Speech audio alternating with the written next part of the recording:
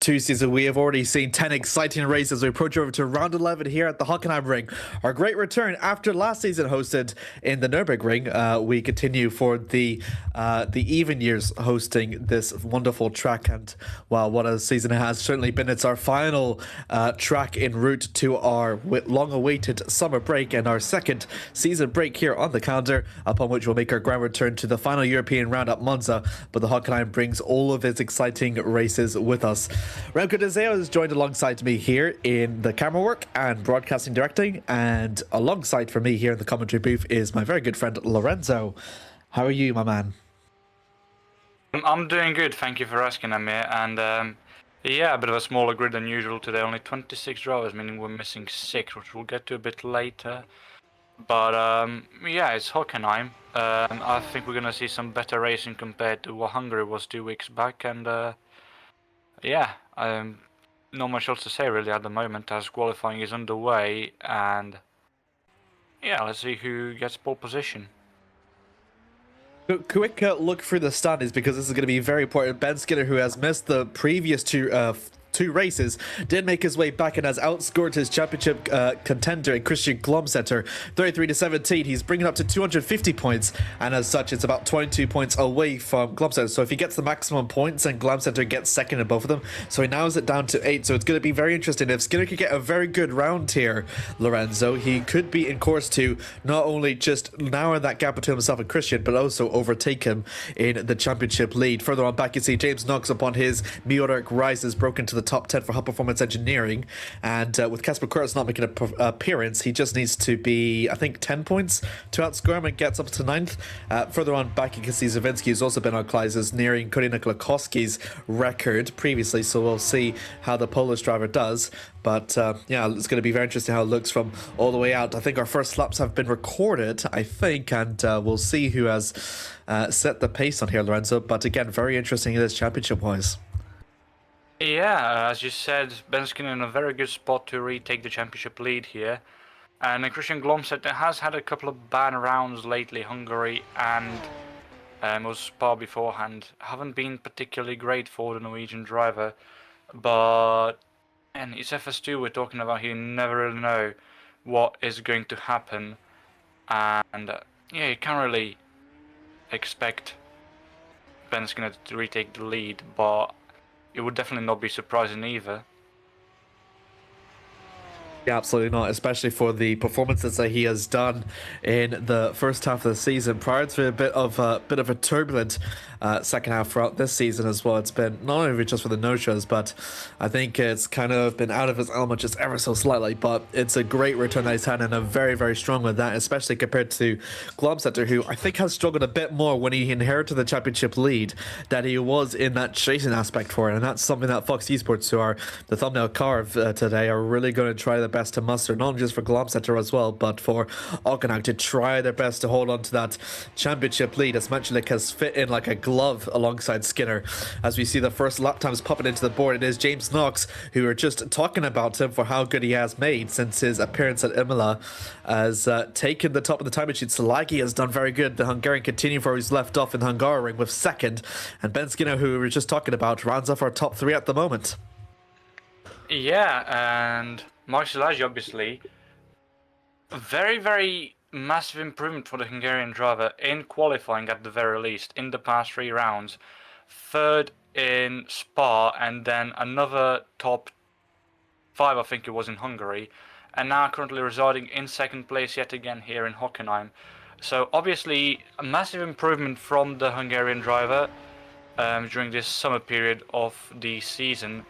But not all of his qualifying performances were converted into good race results. Obviously, with a double DNF last time around at his home race in Hungary, we'll be curious to see whether he managed to convert his qualifying performance into some good race results as well. Eric Brenner, who started the season at Hunter Burge and did drive Hunter Burge last round at Hungary, and now with VMS Sun Edits, meaning that the VMS Sun Edits lineup is now officially Manu Manikanen and Leila Petralia. Now, this was a bit of a surprise thing to see happen, but yeah, I mean, I don't know. Eric Brenner obviously massively underperforming at this point in the season, but currently in 15th in qualifying, so hopefully fortunes have turned around for the Norwegian driver, as another Norwegian goes up into second place. Christian Glomsetter only a 10th off of his team boss in James Knox now. Quick turnaround there by Glomsetter as well. He knows that his championship is being under threat, and he's performing one of his good qualifying runs at the minute with 10 minutes left to go. First 5 minutes have passed, and he's already setting his marker up for a pole position. Mika Kimi, who makes his return after missing out in the last round, after I think he's missed the previous 2 rounds actually. He makes his return here in the Hockenheimring. As mentioned, that's one of his favourite tracks. We'll see how it navigates just through to the very tight hairpin and goes. Need to keep that car aiming as straight as you possibly can. It's just very so slidey, Lorenzo. Very difficult to try and get right.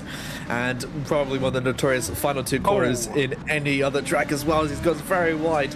And then that might be a little bit of invalidation, but at least it might be enough to put a timing up to the board, as the Malaysian will go 21st at the moment. Actually outperformed by his teammate Lal.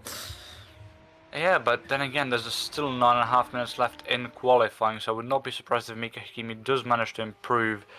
I could see him very much in the top 10, top 15 at the very least. We all know the caliber of driver Mika Hakimi is, and to see him this slow is not indicative of the caliber that he is. As Amir Zeeuw currently 13th, wide there out of the Saxon curve, and has to go into pit lane. I am fairly certain he invalidated there, and even if he didn't, he would have lost too much time to be able to gain back through sector 3. His teammate though, James Knox, currently on an outlap. James Knox has been one of the more standout drivers in this summer part of the season, you could say, after having dropped down from Superlights down into Formula Sprint 2. He has had some very good results, but also some fairly poor results as well. It was either a win or just not scoring points in general, so sometimes not even finishing the race. He either scores points or just flat out DNF, and sometimes the DNFs maybe could be whether it was his fault or no. It's just Craig Parrott breaks into the top 15. But I think James Knox, I think, has been pretty impressive. I mean, previously in FS2 didn't score a win last season, and now coming in, he's coming a bit late, and the car is just a little bit different than compared to last season. He's kind of almost fit in almost magically into the likes of Glomsetter and Skinner, who have been holding their charge up for very long at anchors, and Knox kind of inserts himself as one of those main names that has been winning races. And honestly, the fact that part of that attribute to him is his fantastic qualifying performance, and also for the way that he dictates the lead pace as well, as we've seen back in Spa. And it could be a similar case that we might be seeing for the Englishman, even though he's not improving at all in this lap. But he's got a bit of improvements in order to make, though, Lorenzo, because with Glomsetter and Salagi, they're still just about, even though they're not quite within a tenth, it's still close enough that Knox surely feels the pressure. No, absolutely, but we've seen this scenario before for the past couple of rounds. As he does improve through sector 3 and sets another purple lap time. It is a very slim improvement by 0.05 of a second, but it's still an improvement nevertheless. As we now go on board with Kurt Rocha, one of, well, the only McKenna racing car here today, as the Estonian makes his return to Formula Sprint 2. He's currently 11th, he's gone green in sector 1. But he is yellow in sector 2. Will he be able to improve on his lap time? No, not just yet. But there's just under 7 minutes left in qualifying still for the Estonian driver to improve. Jonas Karola also seems to be improving. Massive lockup into the hairpin there, known as the Spitzkehre. If I'm pronouncing that right, I'm not good at German. But yeah, it was on for a fairly good lap time there, but after that lockup I think he's going to be losing too much time to get into the top 3. I think he can still get into the top 5 though. We will see now as he crosses the sector 2 line, entering sector 3. Green in sector 2, so he might still be able to crack into the top 5, but top 3 I think is going to be a bit harder for him here, Amir. I think so as well, but we've seen with James Knox, he's poured everything he possibly can into that final sector. And that final sector was crucial into him extending his gap between himself and Glomsetter. We'll see if Karola can pull off the magic out of that same hat as he rides onto the curb through to the final corner. Will it be enough for the position that he is in? It will be just enough, Lorenzo, to break into the top 3 for Jonas. And that is exactly what he wants. Even after the lockup in the hairpin, it is still a phenomenal result for the Finnish driver, and that could be a sign of things of more to come from him as Jerry Van Bussel, meanwhile, follows on suit and displaces Carola out for the top 3 as it's into second place for him.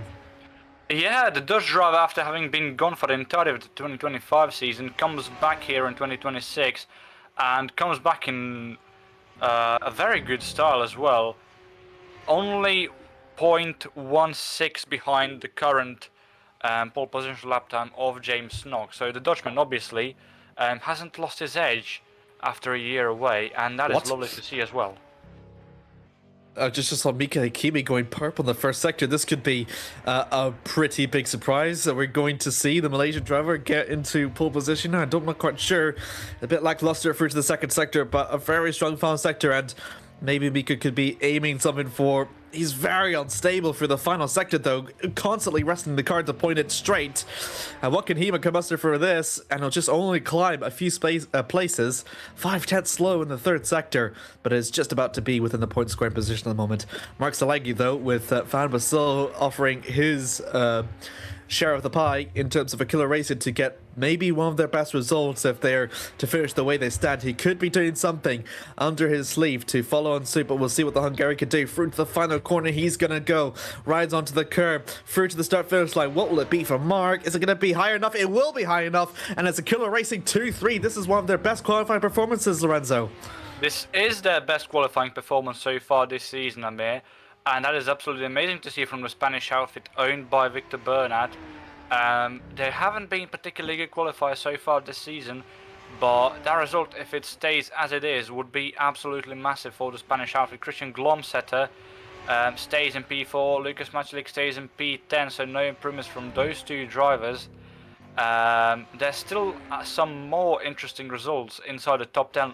Andrea Kinaya, who we've not seen much of this season yet, he's currently P9, 0.333 off of pole position. So if it was a lottery machine over in Las Vegas, he'd be the winner here, but he's currently only in 9th. But I think that's still his best qualifying result so far this season if it stays like that. Riccardo Bissani is on for another one as well, in 7th currently, so 2 Italians currently holding arguably the biggest surprise of qualifying so far. Glomser is kind of feeling the pressure in his position, but I think Skinner, who has just improved, he still remains in 6th place, so he's getting off a bit of the back foot and compared to his championship contender in Glomsetter.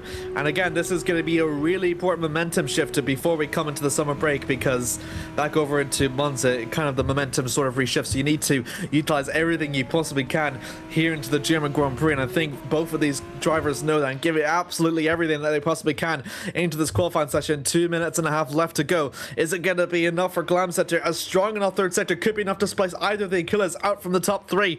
What will Christian bring to the table? And it's not going to be enough. 2/10 slow in the middle sector, 4/10 slow in the final sector, and Glomsetter is probably going to think of another way to try to break into that position.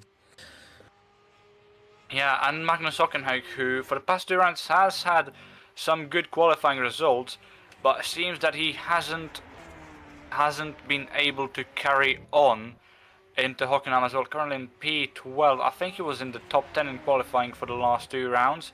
He has gone green in sector 1 and 2, though he might still be able to crack into the top 10 here, crossing the line. Magnus Hockenheimring stays in P12, and he lost a lot of time in sector 3 as well.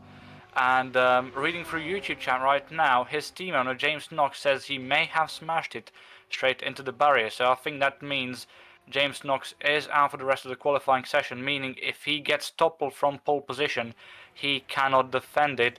As Jerry Van Bussel says, a purple sector 1, he might be on the threat here, Amir. This could be very, very important for Killer Racing for the position that they're in. There's going to be a maximum points up, and no better way to do that than in qualifying. Van Bussel is looking to be an absolute standout driver here at the minute, and Salagi as well with his qualifying performances as well. Can there be anything that really stops this teal team? We'll have to see. Through to the middle sector, it's going to go. It's about 2/10 slow, but I think he might be still committed to it as we watch the Dutchman approach over through to the stadium hairpin. Utilising the apex as possibly can. It's a little bit narrow, but apparently find these FS2 cars. The final 2 corners left to go for Jerry, and he has to. This is where it's really going to matter for him. through to the final corner. He's going to go with the couple of wheels onto the apex. What can Jerry bring over? Is going to be enough for second place. It is going to be good enough for second place. 5,000s off from James Knox, so he really did everything he possibly can in the final sector, but it is just not going to be enough to topple James at the moment. Magnus Hockenheimring has gone purple into the first sector. Is it going to be purple in the final sector? Is it going to be another points jump we see? No, it's not going to be. It's yellow in the final sector, and Magnus will still remain in 12th. Kinalia's gone purple in the first sector, though. Everyone is going purple in the first sector, Lorenzo. Yeah, I mean, the first sector is where you can gain the most time. It is arguably easier than, well, not arguably, I think you can say easily that it's easier than Sector 3 and Sector 2 to nail down. But I always look, especially goes up into P12. Andrea Kinali, who was still on board with, has gone yellow in Sector 2. So I don't think he'll be improving out of P10. I think P10 is where Kinaya is most likely to stay, unless someone from behind improves, like Dan Hayek, but is only good enough for P13. So Dan Hayek, who has had some great results this season, as Andrea Kinaya goes up into P8, so that means the two Italian drivers of Bassani and Kinaya are going to be sharing row 4 as it stands. Jerry Van Bussel, though, going through the Saxon curve, yet again, purple in Sector 1, and green again in Sector 2. Oh. No. He couldn't quite do it. He couldn't quite do it through the third curve is what caught him out, Lorenzo. And that was almost looking to be, if he was just strong in the final sector as he was in his previous run, we could have been looking at a new pole sitter. But that could be the break that James Knox need, and with 5,000s, it could be the closest margin that we've seen. And James Knox will emerge as another pole winner. Once again, Matchlick goes through to the line. No improvements from himself. We saw improvement coming back, though, is that Jacob Tenasco going a bit sideways. And that will invalidate all the progress that he's made through that run. Petralia goes through to the line, will remain in 21st. James Knox records another pole position here, and what a fantastic pole position that was. That was honestly one of the most thrilling qualifying sessions we've ever had. Absolutely, I think that might have been the closest qualifying session we've had so far this season. And yeah, absolutely amazing to watch, and it's a shame for Jerry Van Bussel on his return that he wasn't able to clinch pole position. But James Knox yet again on pole position. I think this might be his third one since returning Formula Sprint 2. Mark Silagi makes the 2-3 for Aqualair Racing, their best result so far this season in qualifying. And Christian Glomsetter not far from his team boss down in P4. Jonas Carroll and Ben Skinner in 5th and 6th making up row 3. Kurt Rochev up in P7, so he's jumped Bassani and Kinaya, and who are 8th and 9th, and Mika Hakimi rounding out the top 10. In P11 we have, there we go, Craig Patterson with Magnus Hockenheimring in the 2nd, Fox Esports in 12th, Lucas Matulik in 13th, and then the two Emerald Overdrives of Dan Hayek and Faiz Yongstra in 14th and 15th respectively. So the Emerald Overdrives having a fairly disappointing qualifying this time around. Amir Hazik down in 16th, Jakub Tonasco in 17th, Manu Manikantan in 18th, Sierczewski in 19th, and Derek Brenner in 20th. I think that is his best qualifying result so far. Leila Petralia in 21st, Jamie Klomp 22nd, stepping in for James Rockway yet again. Joshua Dexter, that is a lovely name to see on the FS2 grid, in 23rd. Aman Lal in 24th, and then the two ST Racings of Hansko Mebius and Mihailovic and Tjevic in 25th, and, well, it says 25th, but realistically it's 26th. As I can now say safely, we are missing both of the Mapes VO cars, and one each of the Chimera, McKenna, McManus, and VMS cars.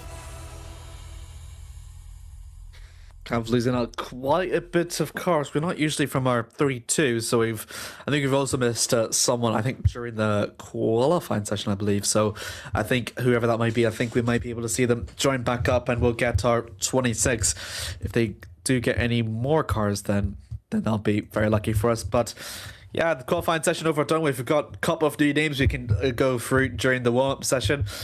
Jerry, definitely the big one really to talk about. 5,000ths away upon his FS2. Do I say return or like debut? That's quite sure because he's made his. Definitely a return. Definitely a return. Jerry Van Bussel has been a driver who has raced previously in Formula Sprint 2 and has done very well for himself. I do recall him winning a race in 2024 in Formula Sprint 2. I think it might have been Hockenheim as well. I will need to verify this though. But no, Jerry Van Bussel definitely a great driver, and it is great to see him back on the grid as well. Joshua Dexter, yet another driver who has raced in Formula Sprint 2 previously, not to the same degree of success as Jerry Van Bussel, but it's still nice to see Joshua Dexter back on the grid. Don't spin it, mate. Kurochav, another driver who makes his return for this round. Also a past race winner in Formula Sprint 2, has decided that he was going to take a year off for 2026 from GPVWC, but seems to have returned for a one-off here at Hockenheim. Potentially even more, I am not sure, I do not know. But no, it's nice to see so many returning names. And obviously Jamie Klump still stepping in for James Rockway over at Frechenera. Manu Maninkandan being the new driver over at Hunter Birch, meaning Eric Brenner is now at VMS Sun Edits. No, I don't think there's anything new other than that for this round.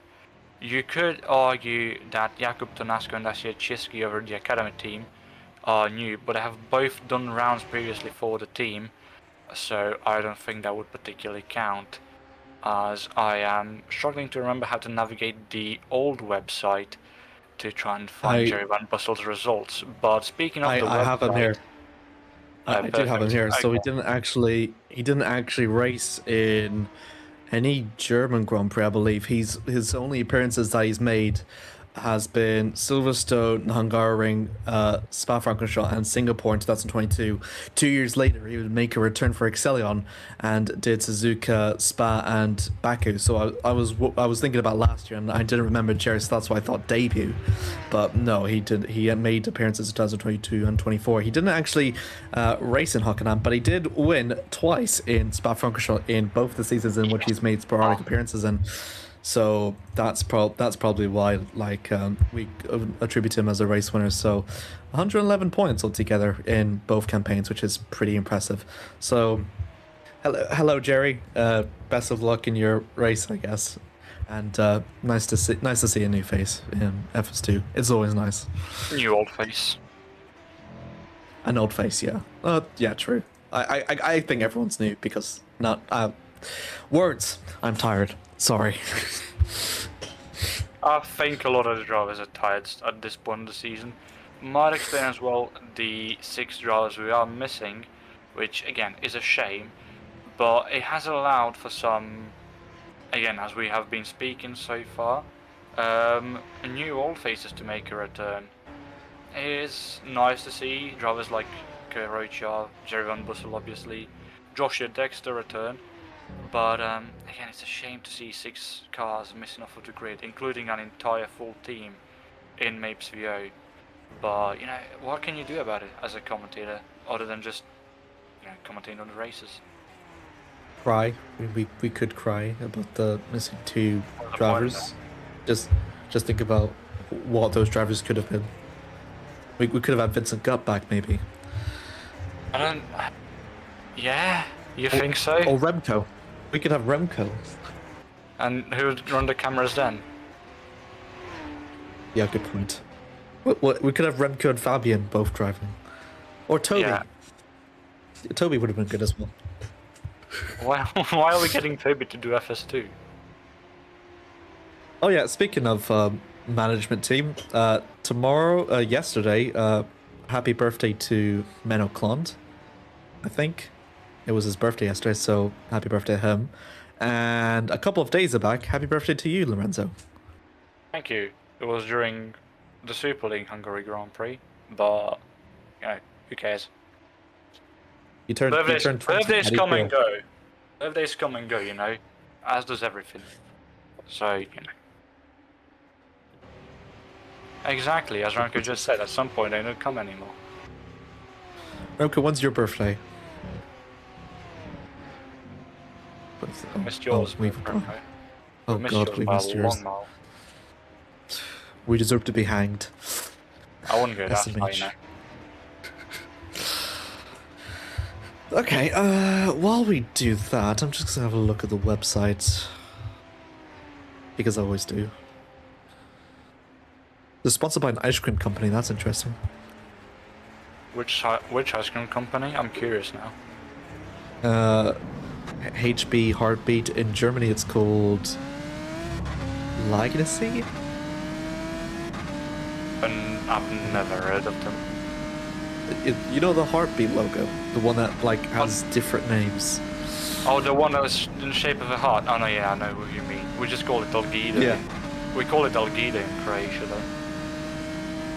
I don't know. For those of you, It's got a different name in every country, though, doesn't it? It does. It's HB in Ireland. It's Wolves, I think, in Britain.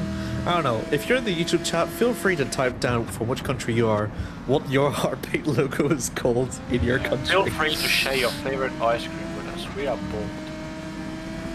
True. What's your favorite ice cream, Lorenzo? That's a good question. I think pistachio ice cream is overrated and no fuck. What? What was I gonna say? Whoops. Oh yeah. Pistachio ice You cream. said Yeah, pistachio ice cream I feel is overhated, not overrated. But no, I think pistachios in general are overhated. I think they're perfectly fine as like, because you know how people sometimes when they go to the pub they have like cashews or something to snack on. I think pistachios are perfectly fine for that as well. Obviously they might not fit in a pub environment, but I think you can snack on them perfectly fine, and it's just, you know, they're good, they're tasty, they're nice. As Joshua Dexter decides to do acrobatics, he nearly did a somersault. Good one. Yeah, that's. I mean, I get your point about pistachios. To be honest, just the same way how Peanuts, though, I think Dexter- peanuts are overrated, and I'm not mistaken overrated and overhated there. but I'm just but not no big- allergies though. No, I don't have any allergies to anything. But like Oh. peanuts, I You- think they're just not as great as people make it out to be, you know. That's fair enough. Okay, that's a interesting take. I like mint chocolate ice cream, to be honest. No. I understand. I don't know. What do you- I don't understand the hype about mint chocolate ice cream, you know. Imagine having a dessert, but then your breath does not smell bad after a dessert. That's what mint chocolate ice cream is. It's a dentist's dream, because it gives you breath mints. It's like a nice way. I'm sorry, no, you can do that as well. You eat a chocolate ice cream, you finish it, and then you just like pop an Orbit gum in your mouth and chew it for like 5 minutes. Yeah, but that's extra work. Lorenzo, that's extra work. You can just lick it and then just throw it away. Just don't put gum in your mouth. Yeah, but I don't understand mint chocolate ice cream, man. It's just Imagine the way it is. if your jaw was as tired as you are right now. You would not feel the need to like chew. What are you Chewing talking requires so about much here? effort. Chewing requires so much effort. You lock your jaw, it hurts, and Mint chocolate ice cream. It's got chocolate bits in it. You have to chew on those as well, or do you swallow them whole? no, like you can swallow them. You can swallow them if you want as well. I'm not crazy. How Chat, small am I are the crazy? chocolate pieces in your mint chocolate ice cream? Are they like minuscule? Minuscule because of the inflation. Yeah, inflation. Is that the reason about small chocolate pieces in mint chocolate ice cream? We're all suffering, Lorenzo. It's not just me. I know pistachios must be tiny as well. Yeah, but you can grab a handful of pistachios and you can have like decent. I wouldn't say a decent meal. Like a handful of pistachios is a decent portion. A handful of like chocolate chips that you claim are the size of mint chocolate ice cream, that's nothing. You try to call pistachio a meal. Pistachios bring more nutritional value than chocolate chips. Pomegranates bring more nutritional value than pistachios. They might do. I haven't researched it. I'm not denying it. I like might be pomegranate speaking. tea, for example. I like pomegranates in general, just the seeds. I don't. Oh no, I've never tried tea, pomegranate tea, but in general, I don't Oh, like it's tea in good. general. Is it really that good? Pomegranate tea, I'd say it's alright, but I have always preferred fruit teas compared to herbal teas. I Like, could if just you- imagine if you- Remco. I mean, if you gave me an Remco's Earl just- Grey, I would probably deny it. I would try it, but I don't think I'd like it. Earl I Grey. just contradicted He's not. myself. He's not grey. What would they call it? Earl Grey. Why is it not like Earl Brown I or don't know. Earl? Maybe some guy who was called Gray discovered it. Like with the last name Gray. Like Luca Gray. Who used to drive in Formula Sprint 2 back in 2024. Oh my god, that's so funny. Is it? We've Should we run call out it, of like, topics. Good thing. It's a good thing Warren presented because we run out of topics. Luca T. Wow, that's great. Warm up. Remco is just like literally grabbing his hair, just yanking it as hard as he can for the absolute schmuck that I had to listen to at the moment. But he's probably laughing. He is laughing right now. So, how can I bring up next? Actually, I forgot to tell you during the warm up that I actually been to the Hockenheimring, and it's an okay track. Okay, that's doing it injustice. The old Hockenheim's better, but I like the new one. It's also I pretty nice. disagree. I disagree. I think the current Hockenheim is fine as is. If we had No other if we had the old Hockenheim with the current cars, it would just be another slipstream track. think about the FS2 grid into the first chicane in the old layout. I will rest my case. It'll be fantastic. No one Yeah, will know we what will- the braking zone is. The top 10 would finish in both races. That's about it. No one else. Probably. But I do like how the old and the new Hockenheim have got polarizing like thoughts between each other. That's because they're just, I don't know. There's no track that is like so vastly different in terms of character than the new Hockenheim and the old Hockenheim. Like the only thing that has still been retained is the first corner and the final sector. But apart from that, it's just, one of them is speedy and one of them is like very technical and like a staple in German motorsports. But we're moving quickly on over to our first race, the feature race, 20 laps here at the Hockenheimring. A true sign of what this track is all about. We'll be back and we'll get ready for the formation lap for the feature.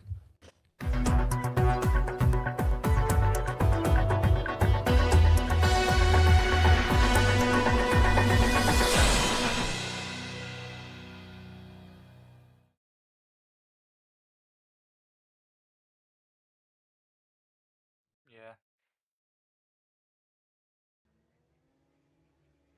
And we are back. I think everyone is getting ready to line up very, very shortly onto the grid. And I need to remind you can remind me actually, Lorenzo. We don't have any penalties, do we? It was very clean last time. I think there are some outstanding penalties for this round. Those being, let's see, Jakob Tanaska with a one-place grid penalty. And no, that looks like about it. That's it. Nice. Swag. I think that should We be can do it. I think that's it. So we can do on to the formation lap now, as James Knox records another pole position added into his FS2 endeavors, means that he'll be starting right up front at the first row. Join alongside him in second, it is the returnee of Jerry Van Bussel. In second, Mark Salagi completes over through to the top three with Christian Glomsetter, the championship leader, one of his best ever since that he's inherited the lead. He'll be starting at P4. Jonas Karola for priority 1 is the highest in P5, with Ben Skinner following alongside, completes over for row 3. It's Kurt Rutschov on his return, follows through with Riccardo Bassani for row 4. Tracking now for Freccianera is one of Freccianera's highest qualifying positions at 9th. Mika Kiwi for International is in 10th. Craig Patterson 11th for priority 1. Amanda Sockenhag for Fox Esports is in 12th. Lucas Machulik follows through Skinner's teammate P13, as we've got both Emil Overjans, Hayek the Outperformance Youngstra 14-15, and Amir Zeeuw for Outperformance Engineering completes through 16th. Manamane Kandan follows through with an All Academy Tanasco in 18th, and Asker Tiski for Academy in 19th. Eric Brenner from Hunter Birch BMS, and Leila Pachalea follows through in 21st. Jamie Klump 22nd for Freccianera, with Joshua Dexter 23rd. Hansko Bibas and Mihailo Vicentjevic completes through, and all SC Racing back row.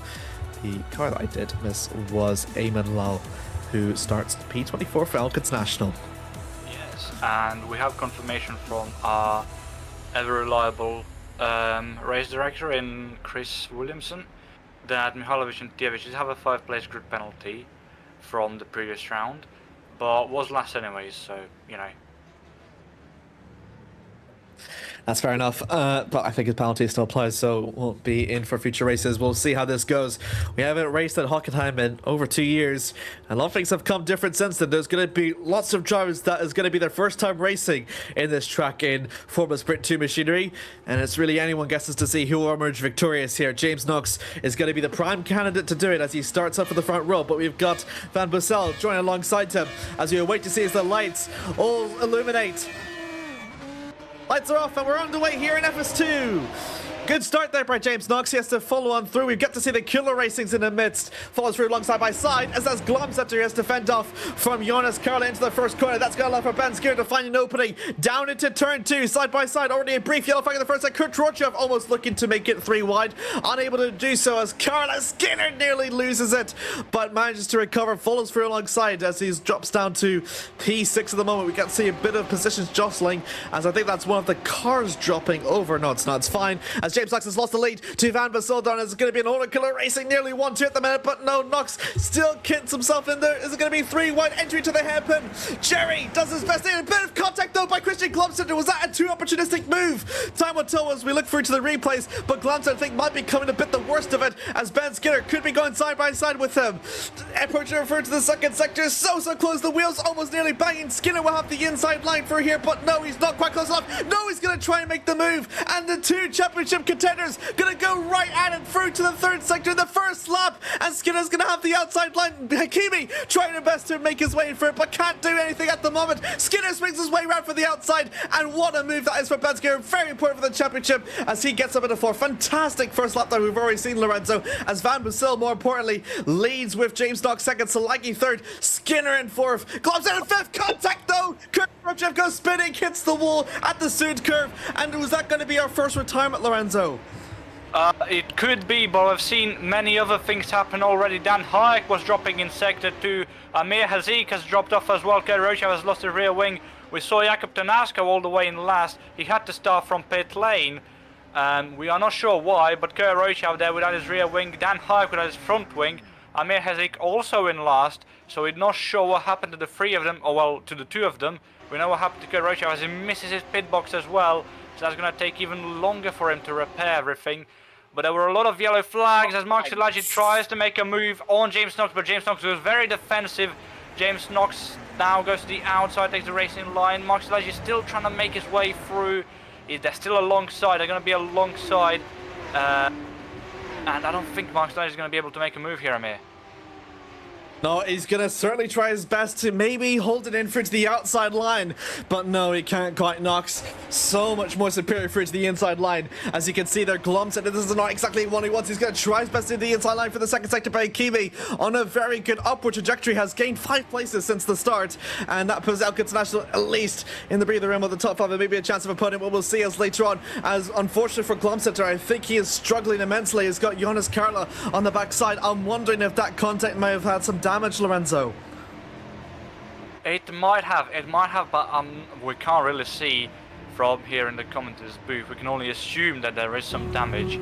But no, Jonas Karla seems to be struggling at the moment and is losing ground on Christian Glomsetter. But I don't think Magnus Hockenheimring is gaining any ground on him either, as we can see Kurt Rochev there exiting pit lane right in front of the lap, as Hansko Meeby seems to be dropping those yellow flags in sector 3. Yeah, it is Hansko Mebius who's losing positions, and rapidly so. I think that was Kurt smoke Rochev from one of the cars.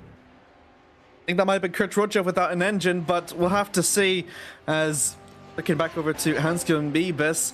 And there it is, Kurt Rochev without the engine. I think he's overcooked it. That is going to be our first retirement, and very unfortunately for McKenna Racing. I thought that was Tess Youngster that overtaken Craig Patterson, but yeah, very unfortunately for Son McKenna, and not quite the return that Kurt would have imagined. As we look on for ahead, Van Bussel, he's trying to fend off from Knox, who in turn has fended off very successfully from Salagi, at least the very moment. So Knox has got ever so slightly a breathing room to make attacks onto Van Bussel as he just slightly taps onto the wall into the third sector. And really it's going to be very, very big questions to see which of these titans of the Hockenheim will emerge victorious, and it could last throughout the entire race like we've seen beforehand, Lorenzo. It might, very well might, but I think Bussel is in a better position than Knox is, because Knox has Szilágyi very close behind him. Szilágyi, I do remember Spa-Francorchamps where Szilágyi qualified third, but slowly dropped off from the lead pack of Knox, and I think it was Chewinski or Carola, and still kept P3.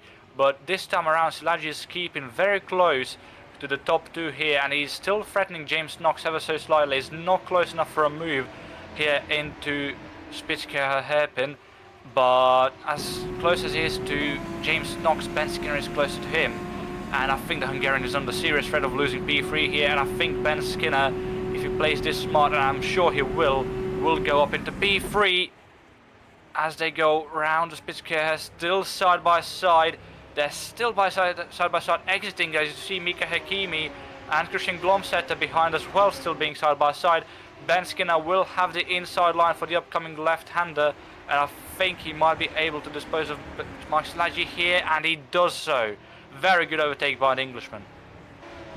Yeah, it's gonna isolate Killer Racing ever so slightly. That was Hakimi out of the racing line, just goes ever so slightly. And, well, Christian Glomsetter gonna do his best to put this fight to bed. Is he gonna get pushed up a bit? Mika might be able to do so, as he has to worry a bit by Jonas Karla and has to fend off a bit for the time being. That could have ended horribly, but Glomsetter lets the foot off the gas just slightly, just so to limit his damage, and he knows he can make the move again against Mika. But this is not good for Christian, as Ben has already made the overtake. He's pushing that the distance ever more further from Christian. This is very important for the championship. So again, Ben can clinch it at this moment if he outscores Glomsetter again by 22, and he just really needs 11 from both races, so he's well on course to do that. And next on his list will be James Knox, but it can only depend if James Knox and Van Bassel can really go fighting. Otherwise, if they cooperate and maybe not fight as frequently, then Skinner may have an outside chance, but we'll see what Knox has to say about it. He may want to make the overtake quicker, and done as he does with the DRS in hand, and in the inside line, approaching for the hairpin. Van Bassel, though, I think might have broke onto the curb, loses it ever so slightly, and James Knox will have that as the comfiest overtake as he'll possibly have, as Marino further back. Glomsetter and Hakimi might be in a battle, but Glomsetter, with the better exit on the hairpin, puts the P5 to rest for the time being. He does, but there's some action going on further behind. We saw Riccardo Bissani drop 3 positions, and I think Craig Patterson might have as well. I think Jamie Klomp and one of the academy guys, it might have been Asia Chiski or Jakub Tanasko, lose some position as well. So something must have happened there. In Sector 2, Riccardo Bissani struggling a lot there, going over the sausage curb. He's still side by side with Leila Petraglia, so the two Italians going at it, and Leila Petraglia comes out the winner here at the time, for the time being. What happened to Riccardo Bissani though, because he was up in P11, no, he was up in P9 before this happened, and has now dropped to P14, so something must have happened to the Italian, and we're going to take a look at it right now. A quick replay to see what happened. This is very, very early on, I think, so lap 2 or lap 3 or so. Is it a bit of a hit on the curb, and there's gone a little bit for an excursion. Drops, I think, a couple of places in the process. Is he overcooking for the hair? No, he doesn't. He's completely fine, but that was the off-track moment that Bassani's had. As speaks of which, he's just dropped a couple more places, so I'm wondering if there might be an even more recent accident that we didn't quite catch. This is coming over for the back of one of the Almodovar drives, and a bit of contact, front wheel to rear wheel collision, and Bassani unfortunately comes off worst of it, as that was Leila, I think, just shoving off. And there we go. This is the more recent one as well. So this is Cup approaching over for turn 1. Very difficult, nearly completely flat out, too much onto the curb, and and hits the wall, loses his front wing, and goes for a pirouette, and unfortunately rejoins back in P18. And with the requirement of a pit stop, I don't think Riccardo Bassani can really recover with points, but he will think he will do his best to finish the Italian driver in circumstances like this. It's just very unfortunate for the Camaro driver to really suffer this, to be honest.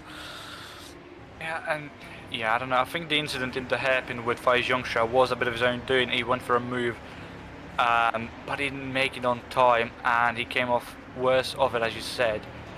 Arguably deservedly so. Obviously, it's not nice to say those things as a commentator, but he didn't really play it smart, and with the damage he sustained from it, he sort of dug his own grave, and he's without a front wing in 18th, and it's going to be very hard for him to gain any points in race 1 here, as he's now been passed by Aman Lal as well for P18. I think, yeah, he's in the pit lane, But never mind that, Ben Skinner, he has closed in quite rapidly on the top two here. James Knox, while we were looking at everything that's happened to Riccardo Bissani, has overtaken Jerry Van Bussel for the lead.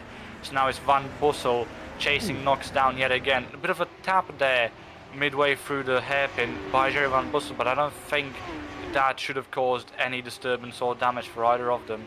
And if it has, then that is slightly surprising. But Ben Skinner, look at how close he is now to the pairing there. Yeah, we can sort of start to see that as well with Ben Skinner, with how well he's performed. I think Knox can maybe see that behind as long as he just holds Van Bussel into the hairpin, which I think is what he's aiming for, and then just hold it back ever so slightly.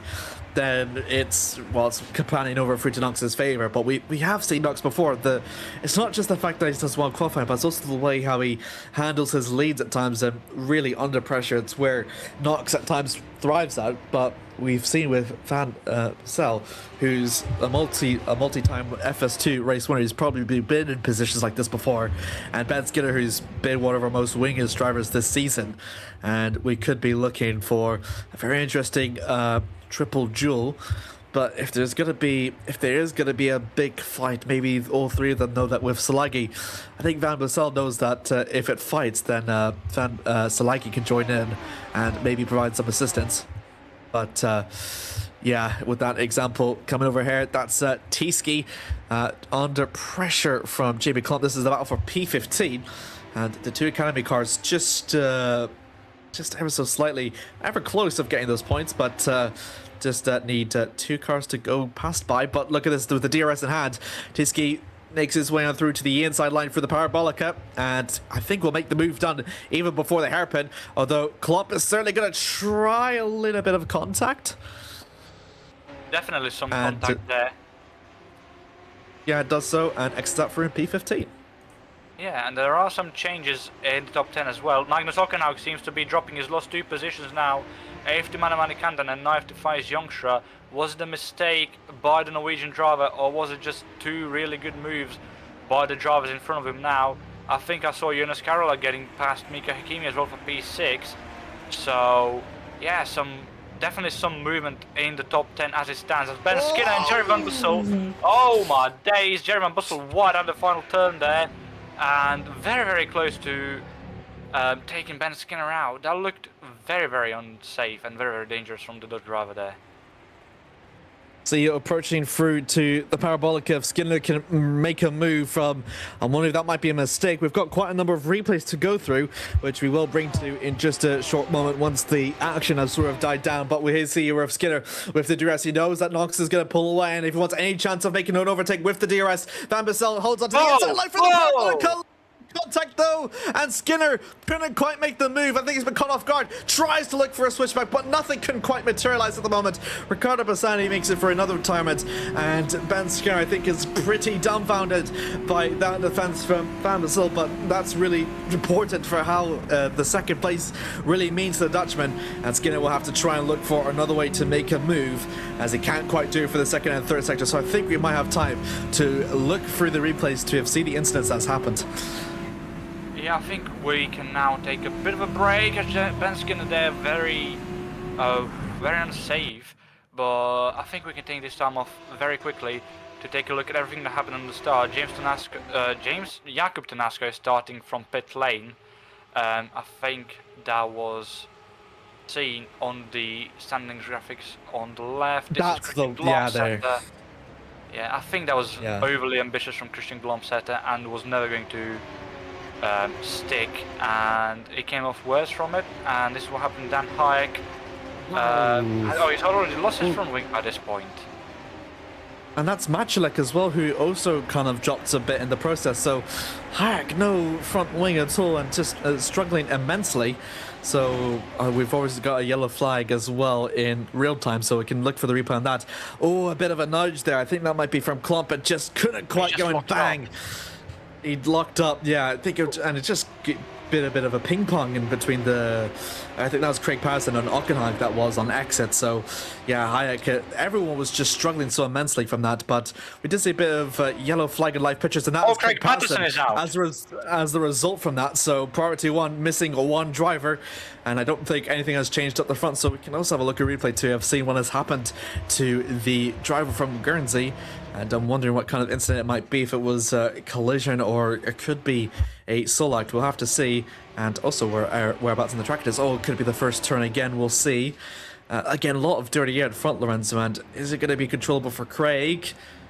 The gap again. Oh! That's a very violent crash. And that's one of the Hunter Burgess hitting it as well, the front wing. Yeah, just flung up into the air, but luckily for the Halo, Leila Petragli was perfectly fine after that Halo hit. Riccardo Bassani was our second retirement. We didn't quite catch a glimpse for what happened to him. Did he call it into the quits? I think he seems to have done so. And that's unfortunately, his race nose was too far gone, and he called it quits right there and then. It's very much hard to recover if you have an incident midway through the race than you are much at the earlier of the race, which is why Dan Hayek, I think, feels like there's a reason to continue racing more so than Bassani. But race still goes on. We're approaching for the halfway distance. Knox still leads with Van Bassel in second, Skinner in third. Salagi is trying his best to aid his teammate, but couldn't quite make an attack against Skinner. I think Skinner is just nitpicking his moments to make the attack on Jerry. But again, we did see that weird moment with how Jerry nearly lost it, though, at the exit of the final corner, and we thought that Skinner would capitalize on it, but honestly, Jerry did pretty well in that moment for the first sector to really hold it back from Ben. So I'm wondering how Ben will figure out to make an overtake on him, not just for him, but more importantly for the lead, as we look up for the back between Mika and Jonas. Yeah, Jonas Karol and Mika Hakimi have been involved in a very heated battle for P6 for the past 3 or 4 laps at the very least by now, and they've just been sort of swapping positions around for the past duration of the battle, really. It's now Karol who's in 7th, Hakimi in 6th, but it looked a bit unsure there through the Südkurve, meaning now into the Nordkurve he's going to have to push his limit, and he did go a bit wide. It might be a penalty point for track limits there for the Finnish driver, but he's still close to Mika Hakimi, albeit not as close as he was before, and I think he was just outside of the DRS detection zone by 0.005 of a second, and he was. So Jonas Karol lost DRS on Mika Hakimi there, as there was a yellow flag flashing somewhere on track. It might have been Amir Hazik, seemingly, who seems to be far away from anyone else. So as unfortunate as whatever it was that happened to the Malaysian driver, which is what we're going to see right now, it's a good thing nobody was around to be involved in it. This is through it's just the exit curbs. The drivers seem to be struggling heavily with the exit curbs on Hockenheim today. Yeah, it's very hard, and the other hard thing is just there's no real basis for Hockenheim. It's the fact that it alternates means that you don't really have like a previous set really to go by. So nearly all the teams, old and new, are effectively coming in blind. That's someone with a little bit of a touch on the gravel into the background, but we're looking back at Manu Manikandan, as this is his 3rd race in. His previous race was pointless, but still riding on from the time at Spa-Francorchamps. Manu Manikandan and Leila Petragli, meanwhile, 10th and 12th. This could be on course to record Hunter Burton Simulation's best points finish. Same with Eric Brenner, who's in 11th. So maybe a big change of fortunes of things to come. And honestly, it's one thing like to be in that position, but whenever you think about the drivers that were involved in the incidents, those guys have been actually relatively clean in this race. Yeah, obviously, as you said, massive change of fortune for the 200 Bird drivers and Eric Brenner, who are all 3 of them in the points. Manikandan, Brenner, Petragli at 10th, 11th and 12th, so they've sort of stacked up the 3 of them. And yeah, it's an absolutely amazing points haul for the 3 of them, but as good as the result it is, I think, objectively speaking, they were ever so slightly helped by the absence of 6 drivers and the DNFs of drivers like Roychav, Bassani and Patterson. I do not doubt that the 3 of them would be fighting for points here, but it might have been harder for them to reach as high a position as they currently are in.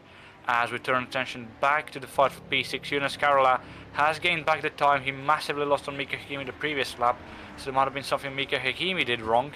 And now Jonas Karola is threatening yet again for P6 here, Amir. Was in the position for the top 3, but these two have been kind of losing out on that to Szilágyi and Glomsetter, which, keep in mind, have exchanged positions, so Glomsetter has overtaken the Killer Racing driver for P4. And again, it's just really damage control at this point, just doing he possibly can. 1.2 seconds away from Ben Skinner. Ben Skinner nowhere close to have the DRS in hand against Van Bussel, and really it might be looking to just be between Knox and Van Bussel, but we'll see. It's still quite too early to call and too early to make predictions, especially for us commentators. We've still got about 6 laps or so to go. But Jonas Karola, the DRS in hand, through to the Parabolica, going to utilize as much of the slipstream as Mika Hakimi is going to give him, and he could look for a move into the hairpit, but he knows it's a bit too far back though. But Mika kind of almost feels the pressure with that bit of lockup, and he has to be pretty careful in terms of how he deals with his tires ever so more. As we just see further on back, I think that was Eric Brennan making overtake on Kinali for P11, and further on ahead, this is Van Bussel and Knox in a battle for P1. And they've been brewing up ever so slightly. They haven't quite made moves than previously, like 5 laps or so ago. Could we see maybe another move brewing up here, Lorenzo? Potentially. Van Bussel did drop off from Knox quite a bit, but has now gained back the time that he dropped off from. And I think what Van Bussel was doing was saving tyres for a last-minute attack on James Knox. But I did also pull Ben Skinner close to him, instead of losing P2, which might explain some of the desperate defenses we saw from Van Bussel, for example, through Parabolica, which is really the section of track we are about to enter on board with Van Bussel here. And Ben Skinner has lost a lot of time on Van Bussel, but importantly, he's cleared Mark Szilágyi, who's also been cleared by Christian Glomsetter. And what you mentioned before, it was Andrea Kinaya passing Lelo Petraglia for P12. But no, Jerry Van Bussel has peeled off quite comfortably from the pack behind and is now very close to James Knox. Meanwhile, Ben Skinner is slowly losing time on Van Bussel, and Christian Glomsetter is gaining time on him, who still has Mark Szilágyi behind him, as Jonas Karola tried to make a move into the Spitzke on Mika Hakimi, but lost the position immediately and is now looking to make yet another move. But Mika Hakimi, with a good defense, keeps P6 for now. Malaysian driver, I mean, again, we mentioned the caliber of driver he is, and he's showing it very well right now. Great fighting that we're seeing between these two. Very clean, very respectable, and it could have really gone for all race long. And I think with the gap they have, Tyson Stroke 5.5 has narrowed it down to 3.7, so I think it's kind of showcasing to the drivers just how impactful sometimes fighting throughout a lap can really be. Maybe that's why Knox and Van Bussel, even though they could fight, may elect not to until the gap from Skinner is sizable enough that they will deduct that. And Skinner was about 9.4. The previous lap, 29.4. So it's about 2/10 slower than James Knox is. And Van Bussel, as we're right on board with him, his last lap at 28.9. So that's quite the sizable gap that Van Bussel has against Skinner, let alone Knox. And I think he might be looking for a move, something to try and catch James Knox out. And James Knox might be a bit too eager. And Van Bussel, I think, almost had that opening. But I think he reacted in a very similar way, which kind of puts it down to net zero.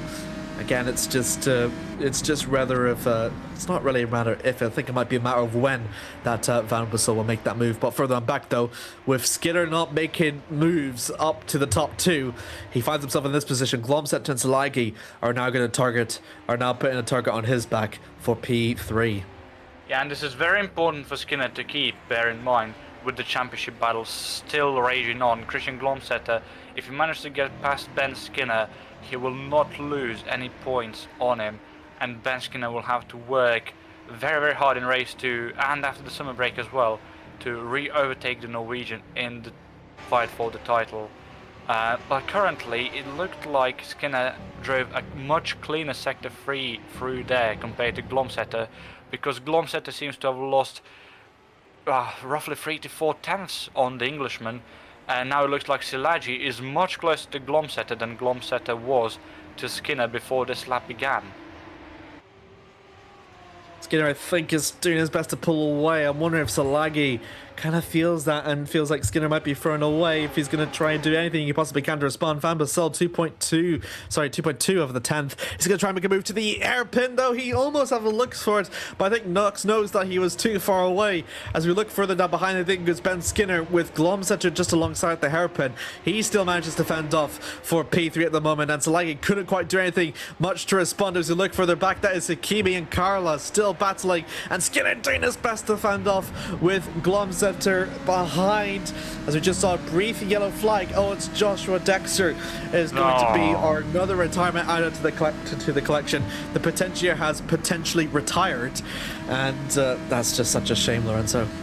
Of all the people that could have DNF'd in this race, I think Joshua Dexter was the one I would have hated the most to see DNF. And I mean, I think that's enough said, really. Oh, very loose there through the penultimate corner by Christian Glomsetter. He's lost even more time on Ben Skinner. He's out of his DRS, but Mark Szilágyi didn't capitalize well enough on it, and I don't think he'll be close enough to try and make a move. Oh, he's very wide through turn 1 as well, Mark Szilágyi.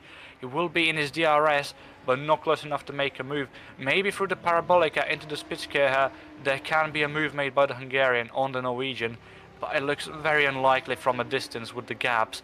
Jerry Van Bussel, though, I think this Aqualay car can definitely try and make a move into the Spitzkehr. Oh, he certainly is. And look at this. Knox feels the pressure, taking immediately down to the inside line through the hairpin. Jerry Van Bassel, is he going to look for the switchback? He is going to look for the switchback right down through to the inside line of James Knox. And Jerry Van Bassel retakes the lead of the race as we look on further back between Mika Hakimi and Jonas Carla. How is this going to emerge between these two in the battle for P6? Carla swings it through to the inside line. A little bit of contact, though, but it's just about Carla that leads. I think James Knox briefly retook the lead from Van Bassel, but Van Bassel doing his absolute best to hold it back now that he's got the lead. The question is now, Lorenzo, is he going to be able to defend that back for a couple more laps? I think he might be able to, because the dummy that he sold James Knox there through the Spitzkehr was absolutely amazing. And I mean, look at the gap already. It's just under 5 tenths now between Van Bassel and Knox.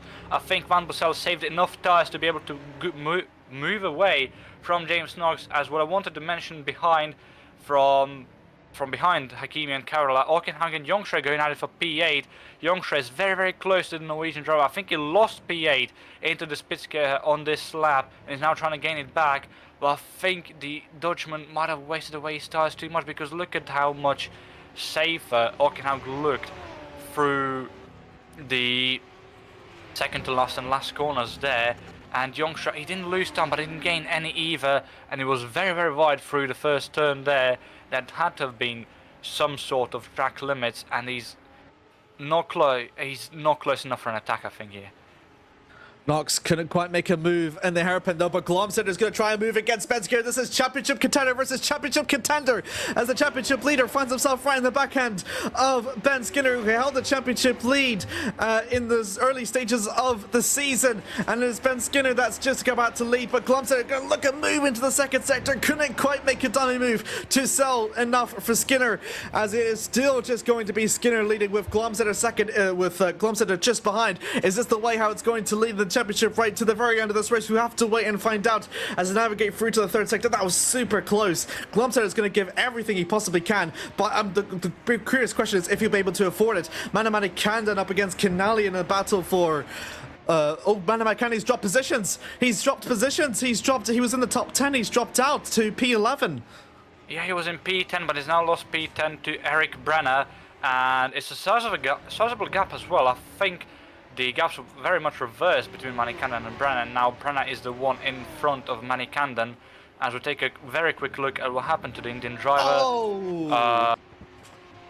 Internet. Okay. Oh, Jesus. That's an internet issue. So it's a latency issue that briefly disconnected him, reconnected him back up. He is very, very lucky. He was just that marginally ahead of the Freccianera there. Otherwise, it could have been a really, really nasty endeavor. Joshua Dexter, is this going to be our third turn one incident? It is certainly going to be. Bang, loses his wheel, his front wing, and his rear wing. Josh. In fact, he actually loses all of his left wheels, prompting that to retirement. We're approaching over to the final lap of the race, though.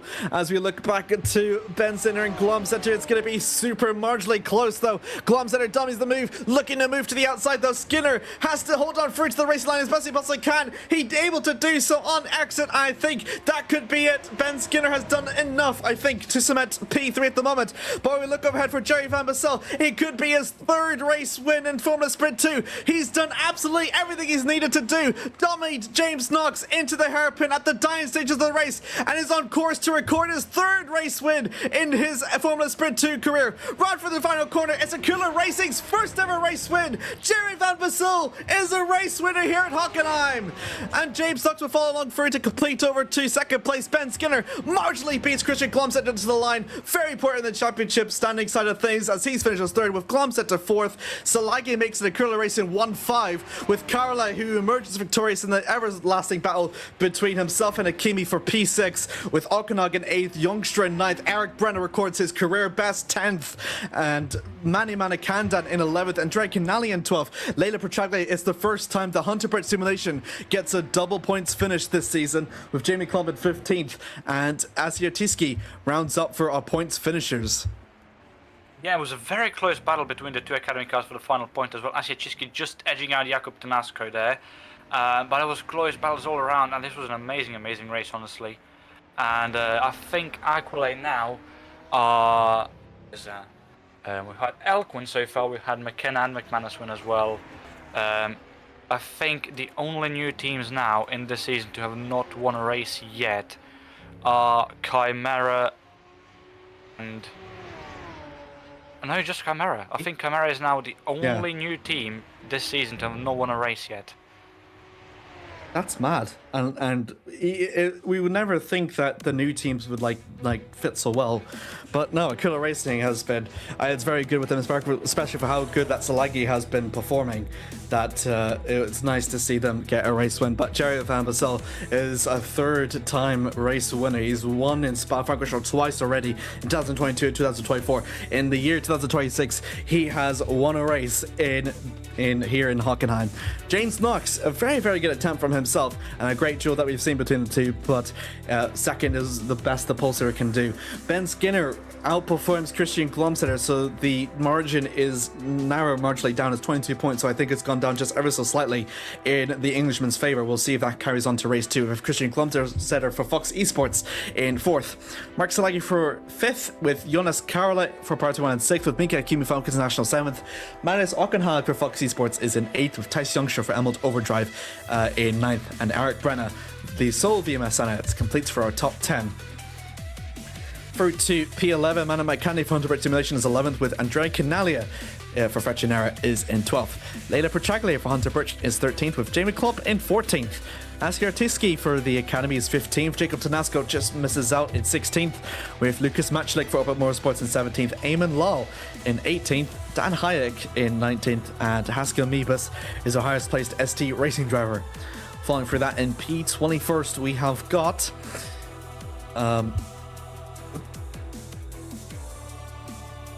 P21st, we have Mihailo Vicentievich with Amir Hazik in P26. You're okay, Remco? With our retirements, unfortunately, being Joshua Dexter, Craig Patterson, and Ricardo Passani all suffering through retirements in a first lap incident, and Kuturuchev, having lost his rear wing, suffers a retirement due to an engine blowout. So only 4 cars have retired, but honestly, it's been a very fantastic race here at the Hockenheim. We've still got a sprint race left to go. 11 laps we will await us. But until then, me and Lorenzo and Remco, we will take a very quick advert break, and we'll be back in about 5 minutes' time. But until then, have a look at this very nice commercial. Inside a place of... On the next pretzels, Kelty seat, the coffee beanery, Tyrek. Flat out. Oh no! Oh no! Who's round? It's Magnussen. Oh, it's going to be a touch moment. It's in the barrier. Oh, they spun. Oh, this is a carnage. And Menocot's Oh going my to win. God. It's a double pass. Could they take each other off? They don't. And flag slide. It's a victory for the Tuties. They touch. They're now. Oh no! Soriano's gone around and met the wall. Mitchell will go through. As they go uphill into turn 4. Oh, and round the outside. What a fabulous move. Frelick will use all of his as well. Here he comes. He makes a move. They touch. They run wide. And Munio's going to get it. We're going 3 wide. Look at Sing. contact. Oh, my goodness. The Tyne has lost a wheel. Time's out. The dramatic race that we were teeing up the entire time has come to an end.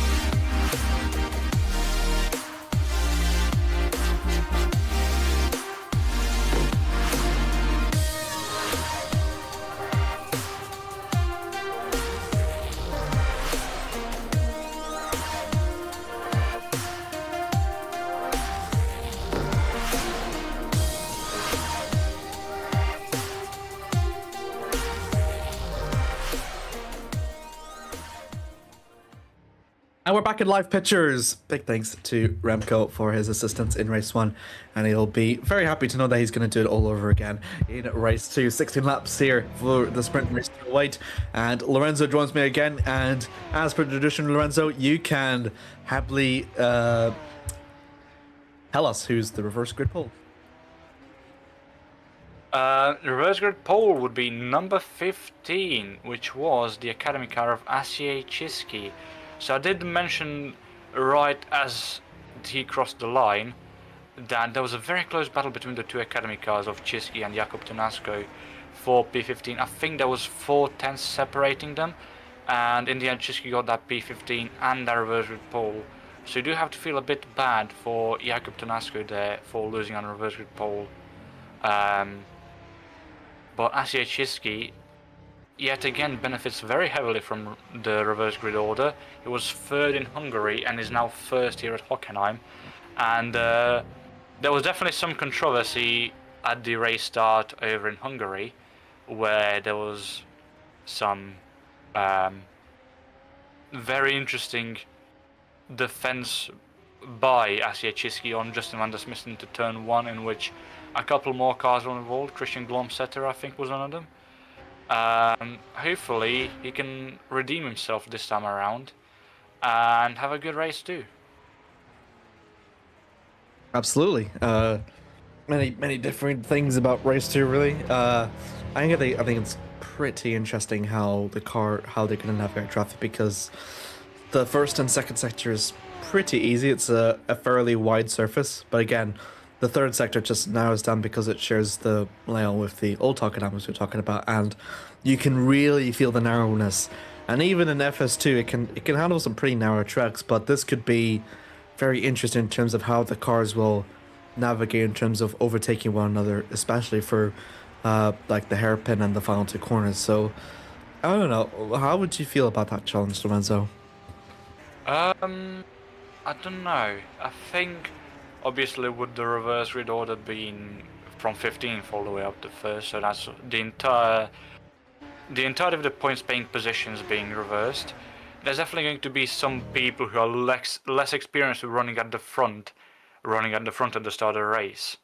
So yeah, I think some people are obviously going to capitalize, but I do think some are going to falter and not finish where they started. It's just a matter of who is going to be who's going to play which role in that sort of theatre that we're going to put on now, seemingly. Yeah, that's a lot of things. We lost server. We're okay. That's okay. It's fine. We'll bring the server back up in just a very short minute. We apologize a bit for the technical difficulties that we're suffering on our end, but I think we'll have the server back up. We'll have the server back up and we will go live, I think about 2 minutes or so, but don't be alarmed. We've had this, I think, issue before. Back in Interlagos, the FS2, R-Factor 2 is a bit of an old sim at times, and sometimes these sort of mishaps can happen. But refer back again to, actually, have you raced Hockenheim before, Lorenzo? Because I think you've only done the Academy series, so you actually, have you raced in Hockenheim? I did a couple of laps last night,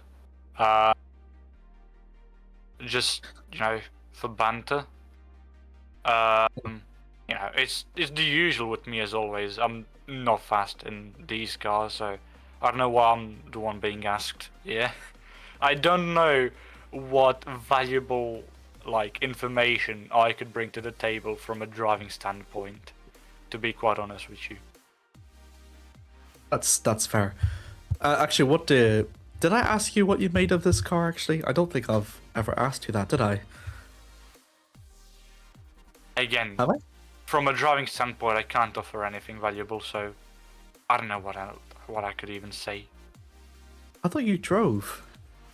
I drove the car. I drove the car, but I'm not a good driver. Oh, I don't know what you want me to say. Okay, that's fair enough. I've driven the cars too, and I'm also not good at it. But it's very hard to really hard at times whenever you see the drivers being so precise in terms of the steering.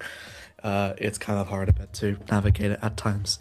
But filler aside, we have got confirmation that the server is back up thanks to our very trusty race director Chris Williamson. So I think we'll be able to rejoin and we'll get ourselves back up into the server for a few minutes, of which we'll have, I think, about a minute or 2 minutes of a brief moment just to let all the drivers come in. I think we got confirmation that we had 26 drivers actually prior to the start of race 2. So hopefully that will remain the same case. Same case for race 1 as it was in race 2. We get all the same 26 drivers in that case. I think last time we had this, we had everyone from Interlagos, right? No, I don't remember. It was last year. Last year? Was I there for Interlagos last year? I cannot remember. You were. I think you were. I'm not saying like. Say you're a liar. No, I mean like I knew you were. It's not that I knew you were there, but I think it was our first pairing in FS2 because we used to be paired in the academy races back then in 2025. But I think Interlagos the first pairing is. I know my pairing in 2025 academy was good, Rachel. Yeah, I came in sometimes. I think. Yeah, sometimes, but for the most part, it was good. Not all the times. Most of the times it's Kurt. Who, speaking of which, Kurt did actually pretty well, honestly. If he said that he took from a week's, like a year's break from sim racing as he did in GPVWC. No, he drove the entire, most of last season, and then once the season finished, he announced that he was gonna take a gap year for 2026, and he's decided to do a one-off seemingly for McKenna here at Hockenheim. So it's not a year break, it's definitely roughly a half a year break for Kurt Reuschel in FS2. Actually no, the season ended in October, it's now August. So 10 months. Yeah, you're right. About a year, I guess. I don't know. It's I'm not being like precise, but it's almost like fair enough. It would have been, in that case, it would have been like what, 10 months then? Yeah, 10 months since you have last touched a wheel by that point. But it's kind of mesmerizing at times to see drivers like, not just like Kurt, but also people like Jerry who don't often, they're sometimes maybe not even up to grips with like the changes in the Formula Sprint 2 changes in physics that we've had compared to last year, but still, the fact that Kurt got into the top 10, for Jerry to win on that, I don't know. I'm honestly like pretty impressed. And it's not like he's a race winner. I think it sometimes gets very hard to, adjust to it. I think that we had that same discussion about James Knox though, right? And we never assumed that he would be as strong as he is as well. So there's a lot of things to be taken from here. There is, but only one race has been done. I think once the second one is as well, we can have a better feeling of things. But I think with what we saw in race 1, I think we have a fairly good feeling of what's going to happen in race 2 as well. For example, Joshua Dexter winning. Absolutely. Thank you very much to the people that have stayed for us thick and thread through these issues. We are back up and running. I think we'll move on to the race once all 26 drivers are, once the warm-up comes to its conclusion and we've got all the drivers lined up and ready to go. I think we only saw like 4, 5, 6 drivers doing warm-up laps in this second one. I think it's not that they don't utilize it. I think just everyone takes a break, get a drink and stuff. I don't know. What's your favorite? You're not a driver. Why am I asking you this? Well, driver's a strong word, but I do appear in academy. I think appearing is a good word to use for my involvement in what the do you academy do in a race series. 2 warm-up? Nothing. Nothing. Just like scroll through messages I missed, I guess. Oh, I'll reload my setup. If any of the drivers are watching and they've not done so for some reason, reload your setups, lads. Or not.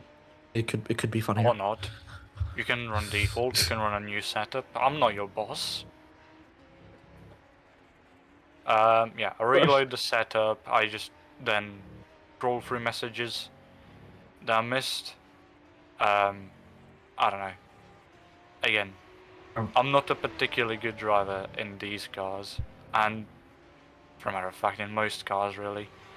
So I don't really take the warm-up session between the 2 races in Academy seriously. I'll ask Probably Remco should. because Probably he's should. probably a faster driver. He's a faster driver than us both probably combined. He says no, but I swear to God he is. What do you often do in a race to warm up?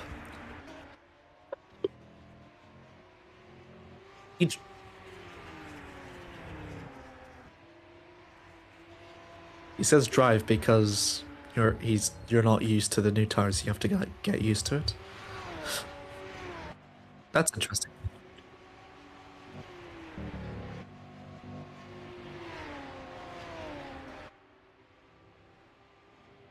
Ah, that's. He's saying if you think about it, the last lap that you've done was on worn tires, so you have to kind of get used to driving on fresh tires. So there's stuff for that. But we've got all 26 cars. Very luckily for the drivers, they're all ready to get lined up into the grid. We've got 16 laps of a sprint race after a fantastic feature race. We'll still be staying here in Hockenheim as we wait for all 26 to get lined up here at Hockenheim.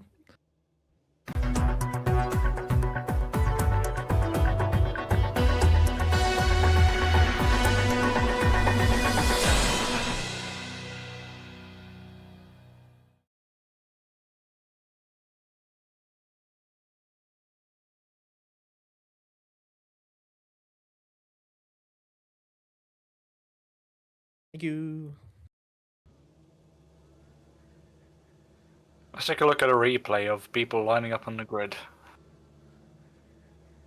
We might be having a bit of an overlay issue, but do not be alarmed. We'll be, I think, completely fine. There we go. We're back into the issue. We were almost worried we were going to have an issue, but no, we'll be perfectly fine. Everyone is lined up into the grid. Lorenzo joins alongside me. Do you have any predictions before we go through the running order of today's race? Dexter winning. I already said it. I believe in my man. What can I say? I believe he lost all wheels in his left side. I don't think he's actually no. The Potentia team boss could potentially win the race. As we crack on with that joke, we go over to the starting grid of race number 2. Academy holds to the reverse grid pole sitter in the form of Askir Tiski for the Academy. Jamie Klopp will join alongside him in second, with Leila Petragli in third, with Adrian Canali in fourth. Why is Jamie Klopp priority 1? And why is Tiski from Chimera? Manamana Kandan from Underbird Simulation is fifth, with Eric Brenner is sixth for Viva Summits. Thais Youngsha from Moldova driving 7th, with Magnus Okanek for Fox Esports in 8th. Mika Kimi for El International 9th.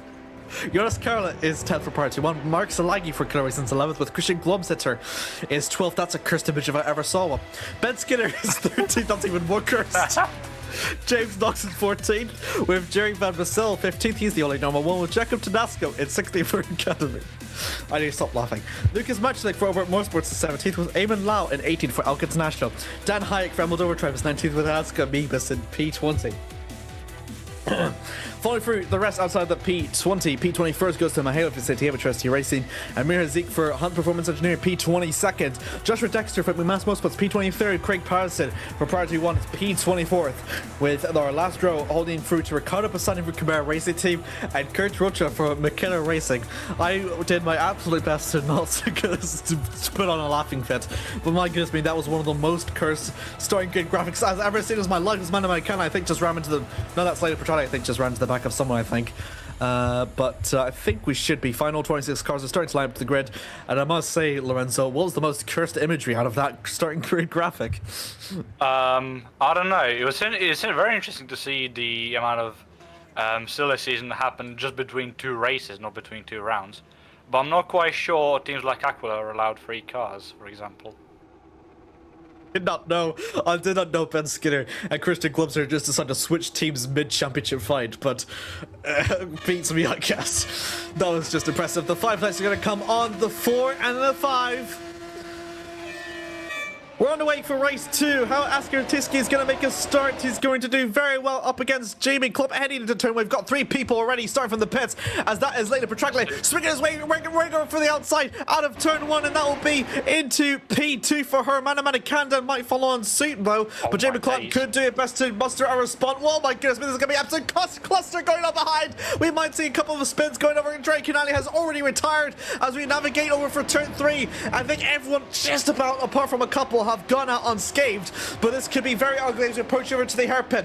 Going over to the Parabolica, no DRS available for anyone just yet at this moment, but you can already start to see the amount of weaving kind of going on. Tiski still leads with Petrali second and Manuel Kennedy third, as look at this aim, Mika Kimi swings his way through down for the hairpin. I'm looking over for everyone for the hairpin. I think they navigate all pretty well as we approach still for the second. Makanamani Kandan doing his best to against green car versus green car. The Indian driver swings his way through to the inside line, gives Mika enough space, and that will turn to the inside line for the Malaysian, and the Malaysian will happily take it any day of the week. He gets himself up in the 4th at this position with Thijs Youngstra next on his list, but he's got an eye on Leila and Askia Tiski, as we've got many yellow flags already, as that was someone just ever so slightly briefly going off. That was one of the, oh, that's James Knox, I think that might have been, but I'm not quite sure.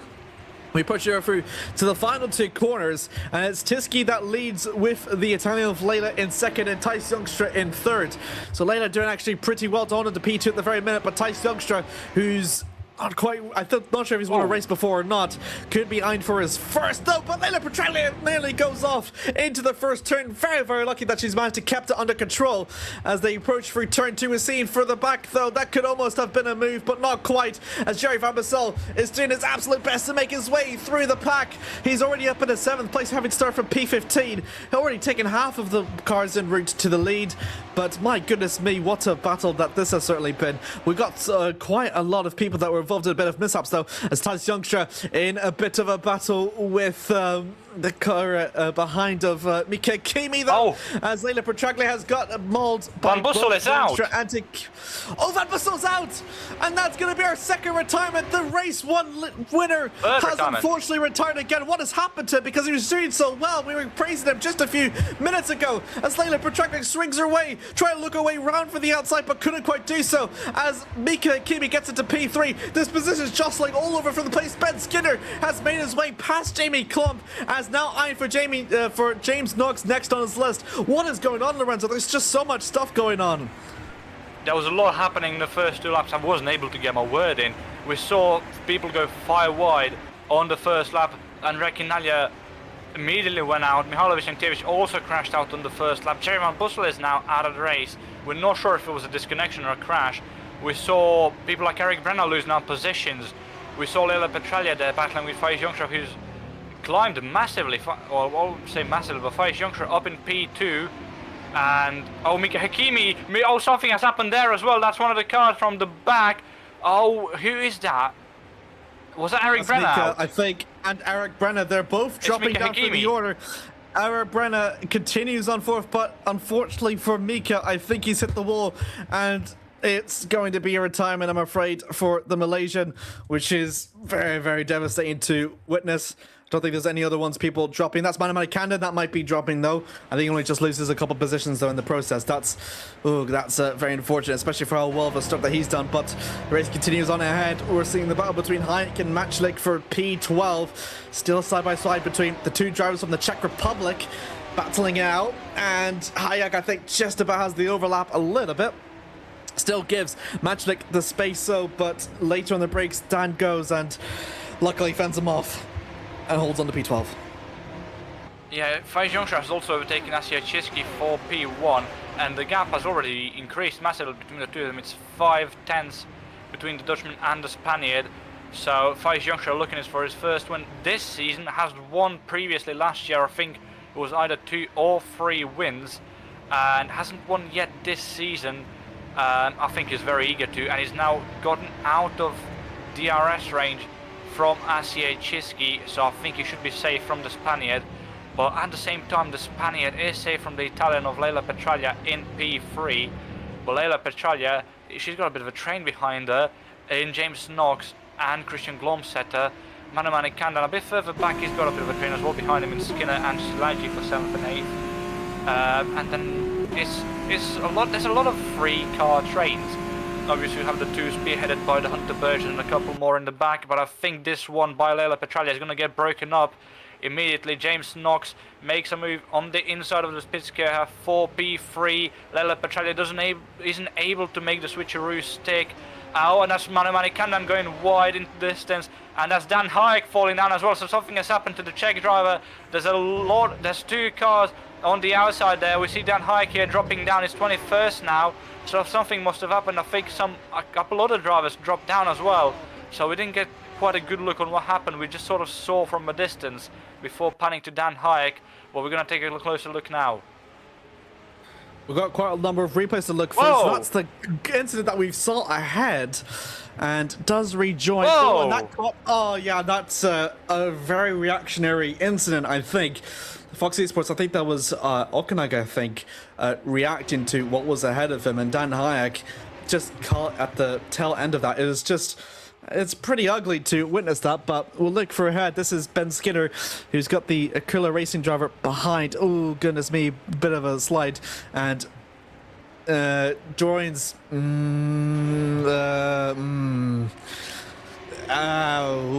this is... it's quite hard to tell. It's very, very hard to tell in incidents like this. So that's... Salagi coming from behind. Didn't expect Skinner to break as early as did. And then Skinner off the racing surface. The big question is whether the Fox Esports was either reacting to what was happening to Skinner or what was happening to whatever was ahead. So Van Bassel was our second retirement, so it's a big crucial piece to have seen what has happened to him because he was doing so well. Is that disconnect? It is a disconnect. That's a very, very big shame for him. Mihailo Vicentievich was a retirement that we didn't quite see what happened to him. So he's already in the midst at the tail end of a big fighting with the McMass. Oh, and he got sandwiched. He got sandwiched between the McMass and the other car there, and just unfortunately came off the horse, but nowhere really for Mihailo to go. And yeah, just unfortunate for that. There was a couple more incidences that we have yet to see as well, but I think we may be able to come over to that in the later stages. Lap 5 out of 16 though. Tice Youngstra leads. James Knox has clawed his way back up into second, and with Tice Youngstra going wide out for the final corner, he could be in for something higher than that. Ben Skinner, meanwhile, can't believe I'm saying this, undercharged from Manamani Kandan, so this could be very interesting to see how we see. That was one of the Elk International cars going off. That is Eamon Lau, and I think that might be 2 retirements in a World International. We'll have to see, as yes it is. It's going to... Elk International scored no points in race 2, but we'll see with Manamai Kandan. I think he just lost out to Ben Skinner, loses up to Jonas Carlos, so this is a replay. I think when we see Eamon Lau, we can also maybe see what happened to Mika Kimi already onto the red curb, and that just gets you a bit offline. I think Eamon Lau possibly can to like steer it back over, but a big pirouette and bang, hits the wall. Unfortunately, the Englishman does call it quit. I want to see Mika Kimi's retirement. That was in the first turn, and there was a lot of dirty air being produced by Tice Youngstra ahead. Was it similar to what we've seen into race 1? It was just too early on the accelerator, and that was a monster hit onto the inside wall. And yeah, so Elk International comes Elk Inter pointless, and the race continues on, Lorenzo. It does indeed, and we've lost. That is 5 drivers, and we might have lost even more. That's Manamani Kandan dropping. I think Rochav has dropped as well. Manamani Kandan is all the way down to 20th. Something has happened in the driver. Is it his internet again?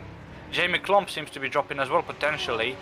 No, it was still just yellow flags, I think, for Manamani Kandan, and he is out of the race, so we're down to 20 drivers now. I think Manamani Kandan yet again plagued by the bad internet that he had in race 1, but now even more detrimental. Yeah, it's very, very unfortunate. This race is kind of becoming a little bit of a mess, but we kind of start to see the battles kind of calming down a bit for the time being, so I think this might be the way it comes right to the very end. Christian Glomsetter, meanwhile, Ben Skinner over at 6th is doing all I possibly can to swing the pendulum in the championship fight to his favour, and he needs the overtake on Chiski. Will all that he can possibly do at this moment. He's picking them off one by one as teammate Maciek is fighting with Ben Skinner for P6. That's a really big surprise coming from the Ober headquarters. The fact that Ben Skinner is really in any need to claw the gap up to Glomsetter Glomsetter. I'm pretty surprised the teammates are battling, to be honest. As we see, that was Hansko Bibas going a bit sideways on the exit with the fight with Brenna, and Bibas luckily does come out a bit unscathed as we're looking. There we go, there's Ben Skinner. That's the fight that caught me most by surprise. Lorenzo, what do you think of it? I think Lucas Matchlik has done very well to get up into the points paying positions considering how his qualifying and race 1 went. But I do think that there will be communication of some sort between the two drivers here, obviously with Ben Skinner fighting Christian Glomsetter for the championship, for Matchalik to move over, very inconspicuously mind you, and then keep everyone behind Skinner, well behind, which would be Karola and Szilágyi. Bassani not far, but not close enough just yet, and I think it's going to take a while for Bassani to join the train here. And Skinner doesn't seem to be getting any love from his teammate here so far, so that is very interesting to see. Not exactly what Orbit really wants. I mean, I can understand the maximum points thing, but for both of them working together, it could produce something a bit bigger as we look up ahead. Thijs Jongstra trying his best to defend from Christian Glomsetter, but Glomsetter much later on the brakes, and with the outside line, does manage to make the outside line work, and has, I think, greater speed to maybe really cement it into, not this turn, but potentially the next one. Doing his best to hug it in through to the outside line, but Jongstra going to do his best to hold it in as best as he possibly can, though, but he's got pushed off just a little bit by Glomsetter. No room really for Jongstra to go, and Christian will take P2 for Fox Esports, so he's and his team boss next. We're looking further back. This is Jamie Klump who's trying to look for a switchback up against Craig Patterson for P13, but nothing quite materializing yet. Is that Dan Hayek that is dropping down? I'm not quite sure, but still we see the battle between Klump and oh yeah, that's yeah, it's a big drop off actually that we're seeing. That's from Dexter, so luckily he's not retired, so he continues on, but no, he's still there. He just got overtaken by Dan Hayek. Ooh, very, very loose by Joshua Dexter there. I think that might be the damage from lap 1 coming back to bite him in his behind. But, you know, he's still in the race. That's the most important thing. He's going to win in my heart, you know. yeah, oh, this is Mani Kandan. What has happened to Mani Kandan here? Ooh, we got tagged a bit. No, he just pulls over. It was a slight tag by Hockenheimring, but I think he just pulls. Oh, look at the steering wheel. There was definitely really bad. There was definitely suspension damage from earlier, and he just decided to call it quits. Yeah, no, look at the. I mean, look at the steering wheel down the straight. It's very hard to manage it in a really in a very damaged steering column. And there's a risk if you continue to race like that. You pose to be a very great risk to the drivers around you, and I don't at all blame Mani Kandan at all for retiring that situation. But unfortunately, that means that he marks our 5th retirement, and we're still only, 6th retirement. We're still only lap 9 out of 16. Looking ahead through to leader James Knox, doing all he possibly can to hold on to his lead fairly comfortably. Christian Glomsetter is 2nd, Thijs Jongstra 3rd, Tiski in 4th. Leila Petraglia, who's actually done incredibly well in the reverse grid. She's only lost 2 positions since the start. In fact, she gained some in the start, and she's actually holding the Orbit Motorsport drivers to bay. Now, I'm wondering if they might work together to pick her off one by one, but she's actually done pretty well in this situation, though, don't you think, Lorenzo? He has indeed. She has managed to keep her... What? I did say. Sorry. No. Sorry, my bad. Either way, Petraglia has done very well to keep drivers like Skinner and Carroll and Szilágyi at bay here.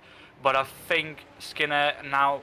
No! Petraglia is still alongside Skinner, and the fight is still on, but I think Skinner had a very much better exit there compared to Petraglia, and I think that Skinner will be able to get into the top 5 now after this turn, having the inside line, giving Petraglia not a lot of space, but just enough to still be on track, and Ben Skinner up into P5. But nevertheless, Leila Petraglia doing very well here in the second race of Hockenheim, but still under threat by the 3-car train behind, as Amir was very loose there and almost made contact with Jamie Klump, but thankfully neither of them...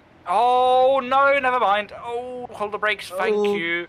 And that could have been much worse than it was. Unfortunately, Amir came out the worst from any of them, but thankfully he did the smart thing and held his brakes, which allowed the people behind to not die, essentially. So, you know, you have to feel bad for Amir, but he did the smart thing, which unfortunately is rare to see in this series. It's the most dangerous place to really be sideways in this track, especially for how narrow it is. And Zeeuw, I think, did the most appropriate thing, just trying to get out of the way as much as he possibly can and remain predictable. And that's what the Malaysian driver did, and that's why, luckily, he could continue his race. And just being predictable makes people really move out the way. Joshua Dexter, we were looking for him and to see how he fell off a little bit. Is this another first turn? No, it's not. He's just simply gone off track. Just seems to be struggling with it with Mass Motorsports car. But he's luckily keeping on track, which is really the good thing from the Englishman. Yeah, Joshua Dexter, obviously, I touted him to win. And, you know, he's 20th. That's a win in my heart if you reverse the numbers. But, no, jokes aside, I think Joshua Dexter, who doesn't sim race, obviously, all the time. He's in the RAF. He's got better business to do. I think he's doing well enough for himself currently. And Leila Petralia obviously is doing well enough as well. Absolutely great so far, up in P8. Has lost out on Matulik and Karola since we last took a look. But still in the top 10, Silaj and Bassani though very, very close. And Hockenheimring is not far either. So on the threat to fall out of the top 10. And that is Silaj trying to make a move into turn 1. But things better of it, Petralia keeps P1, and that was Bassani, I think, very loose through turn 1 on account of the fact he went wide over the exit curb, and that's going to allow Hockenheimring to pass him, and Bassani looks very, very uncertain in his car here. I think there might be some damage on the Italian's car that's hampering him.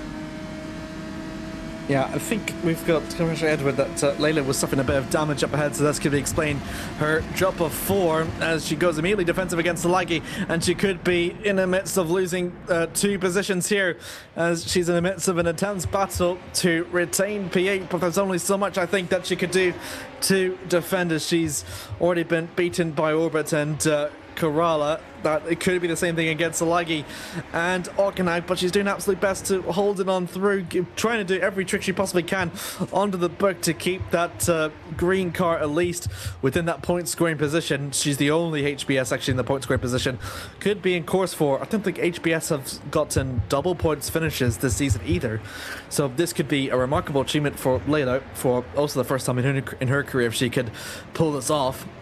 But she's going to hope for something like Salagi and Hockenheimring to battle for P9 to make that load quite easier for her, and maybe hope that she just loses a set number of positions rather than a bit too wide out through to the final corner. Might give the opening that Hockenheimring desperately wants for P8, but it's not going to be close enough for the Norwegian. He has to slot in behind for the time being. Super, super close, but not close enough. No, not close enough at all, but never mind, as I was about to say, might be close enough for a move into the hairpin. He locks up ever so slightly and loses time on Leila Petralia. Now Mark Silagi is alongside with the Norwegian here, and it might be even be free wide with Riccardo Bassani chiming in. It's going to be free wide into the hairpin. It's going to be who's going to be the one pulling out first here, Amir. Absolutely, through to the hairpin we're going to go.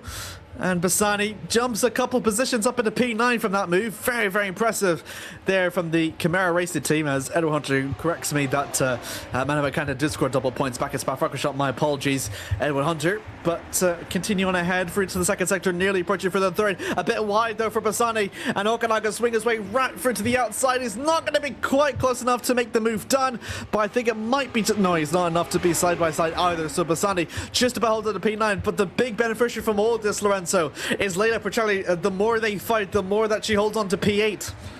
Yeah, absolutely, and she seems to be outside of DRS range for Bassani and the train behind, so this is very much crucial for her at this present moment. No, Bassani just still in DRS range, 5 tenths behind, so Petralia not safe yet, and Bassani has gained a lot of time there through the final turn. I think there might be no! Yet again, as I was about to tout someone for an overtake, They go wide this time through turn 1 over the exit curve. Bassani's lost a lot of time. Now Hockenheimring makes a move on Bassani for P9. And they're still side by side. Bassani keeps it for now, but I think he's going to be under threat into the hairpin. And Hockenheimring slots in behind yet again. So, he's going to be 3 wide again, potentially. Bassani still 9th, and Hockenheimring 10th. But now Eterovic-Funcic has joined the fight. Isn't close enough to make a 3 wider and loses the position to Silagi. That was so close that we were witnessing between them, but we're lucky that nothing's happened much between them. We see Kring Persson and Brenner kind of battling up. That was Coralla Matchlik as well battling, so Coralla up at the P6. Silagi trying to look for the inside line, couldn't quite get anything to muster. Bassani, since he's pulled away from Hockenheimring and all the threats, now has his set eyes on Leila Petraglia for P8, as Petraglia just got the 3rd sector and all of its narrow width available for her to defend against. Ricardo will be much easy against her fellow compatriots.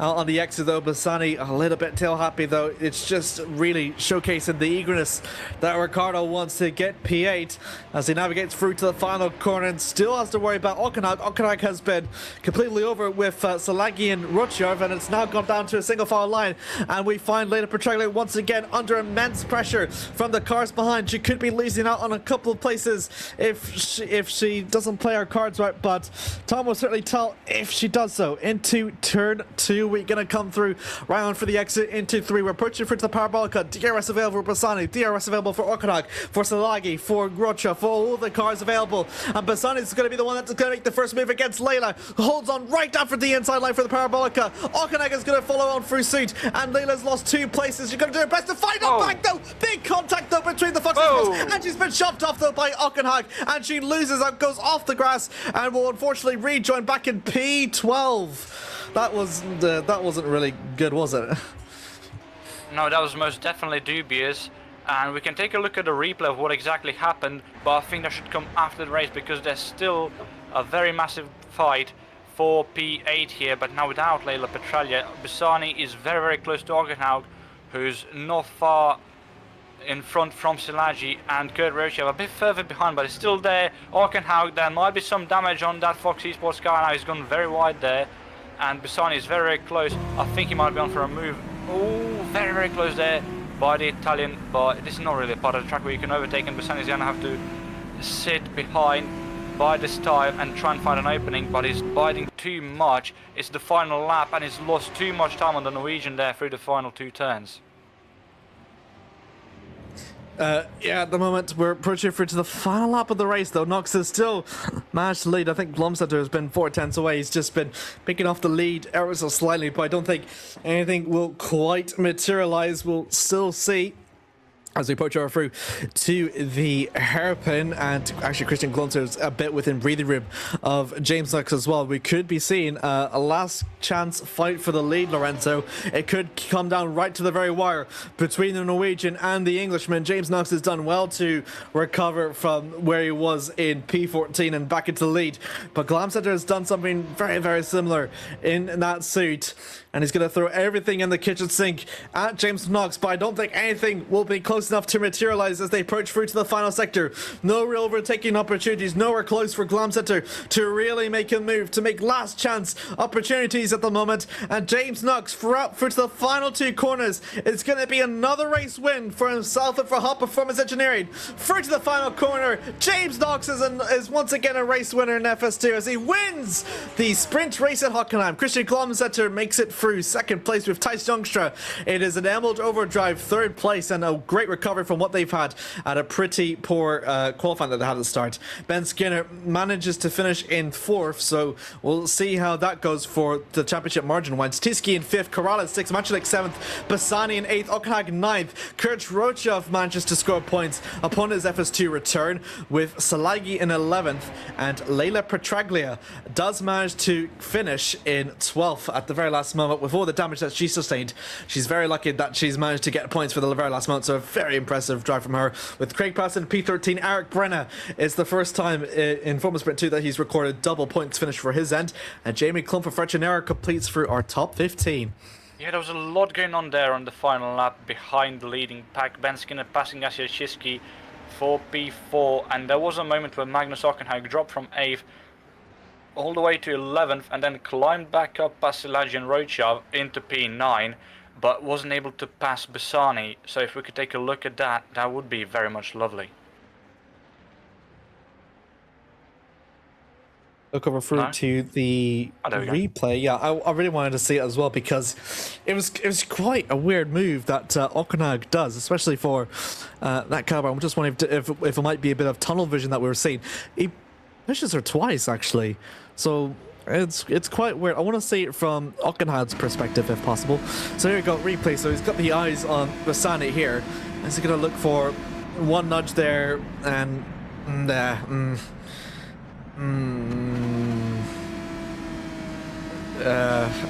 Magnus, no. It seems to be a basic lack of peripheral vision thing, but it's so weird because he not only nudges her once, he nudges her again. It's a knock-in. I don't know. I think we'll leave that one for the DC to decide on. Obviously. Yeah.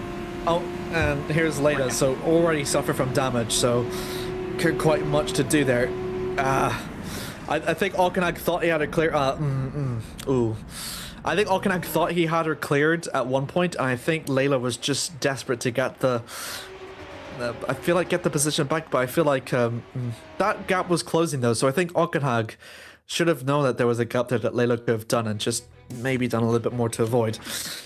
But we got our unofficial race results here. 20 finished, and it's James Knox who's once again a race winner, and another win for himself and for Hot Performance Engineering. Christian Glomsetter, with the pressure that he felt at race 1, will exit into the summer break, still holding on to the championship lead for himself and also for Fox Esports in their end as well. His youngster from Overdrive is third. Again, a great from recovery after a pretty poor qualifying for himself and Dan Hayek, with Ben Skinner for Orbit Motorsports in P4. Asir Tiski, the reverse grid pole sitter, actually did very well. He only lost 4 positions to finish in P5, with Eunice Carroll for Priority 1 in 6th, with Lucas Machulik in 7th for Orbit Motorsports, Ricardo Bassani for Chimera's 8th, Magnus Hockenheimring for Fox's 9th, and Kurt Rochov, again on his return, manages to make McKenna Racing take some points to the summer break. Out to P11, it will be Mark Zalagi for the Hungarian. Petraglia did well, having suffered from that, and finishes in P12. Craig Patterson in P13 outduels Eric Brenner, who finishes in P14, and Jamie Klump for Fretchenauer, who completes through our point finishers. The ones that didn't finish points: Jacob Tanasco, P16 at the start, P16 in the finish, with Dan Hayek suffering from damage but recovers to did he suffer from damage? I think he did. P17 for him. Amir Zeeuw in P18 with Hansko Mebus in 19th, and Joshua Dexter, who luckily manages to finish this time around for McMillan's Motorsports. We do have 6 non-retirements. Those were being for P421st, it was Manamani Kandan, Eamon Lull, Mika Hakimi, both Elks, Jerry Van Bassel, Mihailo Vicentievich, and unfortunately Andrea Canelli as well. So that's been us from here, from the live scenes here at Hockenheim. We'll be back in the next round. We'll be, I think it's September, is it? September the 1st. We'll be back here at Formula Sprint 2. There you go. So Monza will be our great return, so we'll have a bit of a week's break here in the GPVW side of things, but Formula Sprint 1, Super League and Super Lights will still be continuing on as per usual here at Hockenheim, and same with the Academy, which is also taking place here. But yeah, we'll move on to the interviews, and thank you very much, Lorenzo, for that comment as well, but I'll let you decide who you want to interview first. I'm not particularly mind anyone, really. We don't seem to have many people. Oh well, we do, but you know. I'll leave it up to you to decide who we interview. I don't mind either way.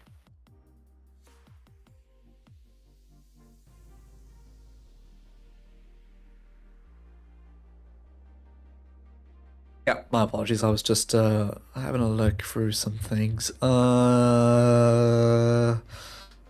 Loic and Alex are not FS2 two drivers, I'm afraid. Neither is Vincent. Oh boy. Give me a minute.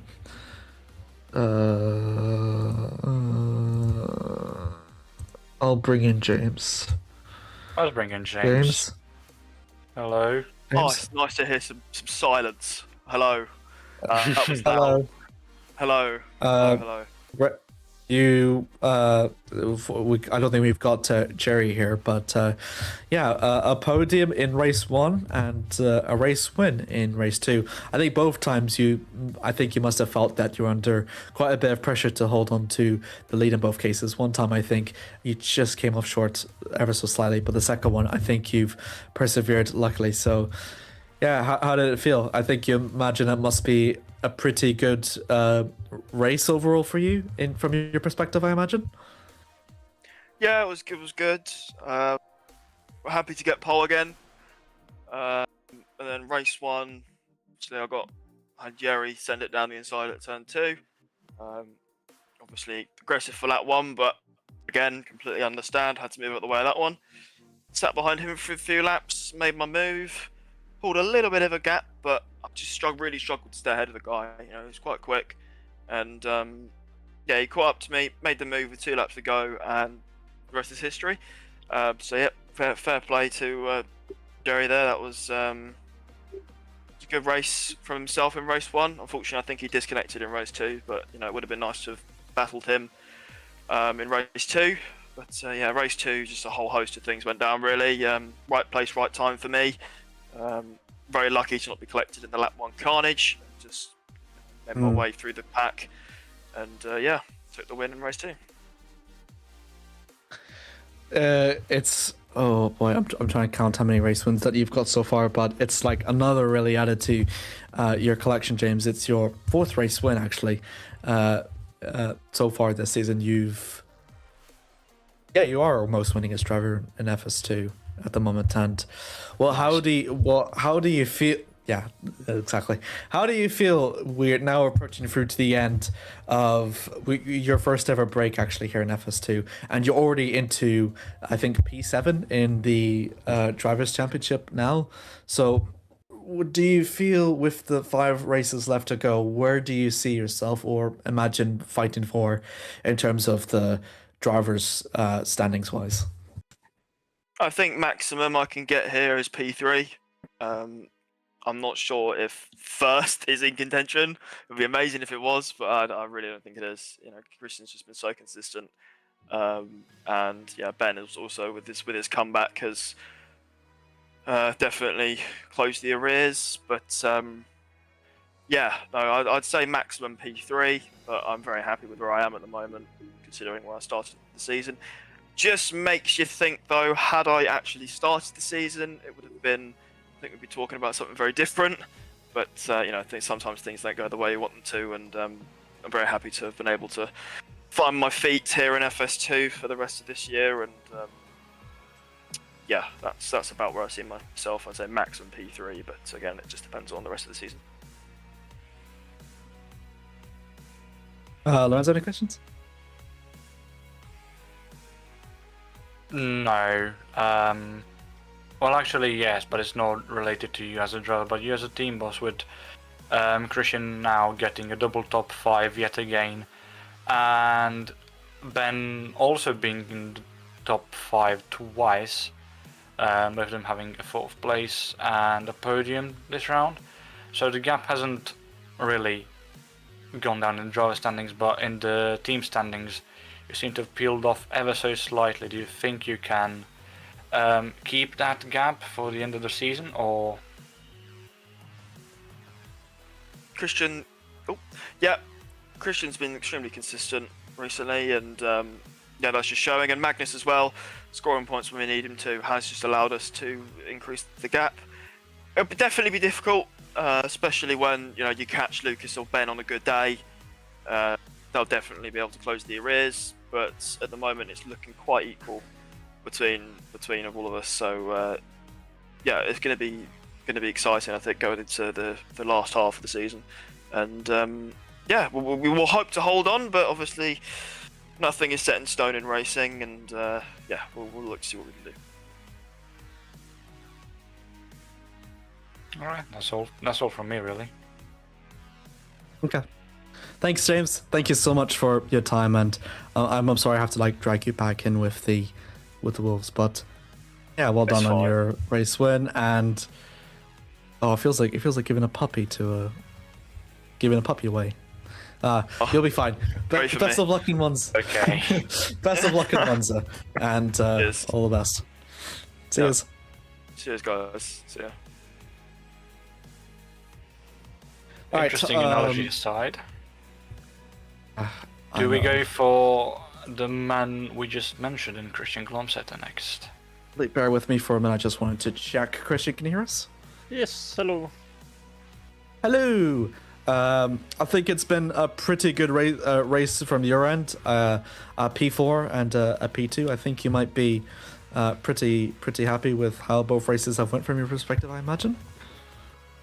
Yeah, I'm really happy. I wasn't expecting to do so well today, but luckily I managed to escape whatever was going on in turn 1 in race 2. And then I just had to carve through the last couple of cars before the podium. Unfortunately, James was a bit too quick in the early stages. In the later stages, I was managing to match his pace, even catch up a bit. So maybe one more lap I could have won. But overall, I'm really happy. It was a bit of a mixed bag because we've seen before whenever you've taken the championship lead, I think you found yourself a bit more so in the midfield, kind of struggling to get the lead. But I feel like, did you feel the pressure from Ben Skinner? He was 22 points before heading into Hockenheim. Did you feel like you had to give it your all in order for the momentum to swing your way prior to the break? Is that how you felt from that? The last couple of races for me have been on tracks which I'm usually fairly slow at, so I wish I could have got more while he was gone. I had a feeling he would come back, and there is pressure, of course, especially after Hungary, which was not that good of a race for me. But I just need to start pushing. Unfortunately, I'm moving on Saturday, so I have to like pack my whole rig up and stuff. So we'll see how much practice I'll be able to get in before Monza. If I can even race at Monza, I don't know about space and stuff. So we'll see. But hopefully, if I can race, I will practice hard for Monza as well, and then keep up the fight.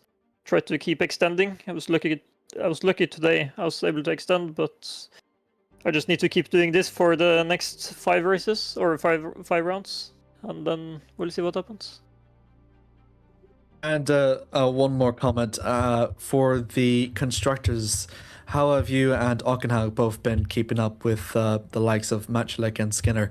I think you kind of how did that feel that from both of your perspectives in terms of leaning to here at Germany? Yeah, I put in a lot of time, got a decent setup, was working with Magnus as well.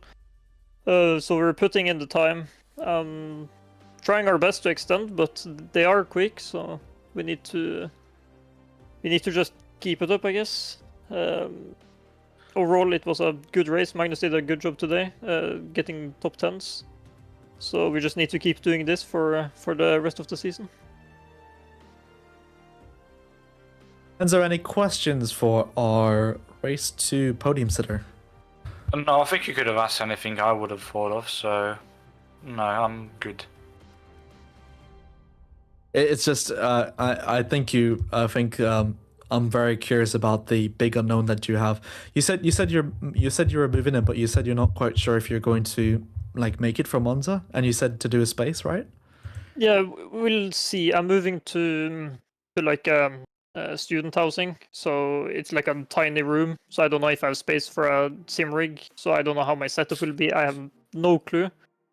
But I'm bringing as much as I can fit in my car, which is not a lot, but it's enough. So I need to see what I can sort out, and hopefully I can sort it out quickly, so that I can be ready for Monza.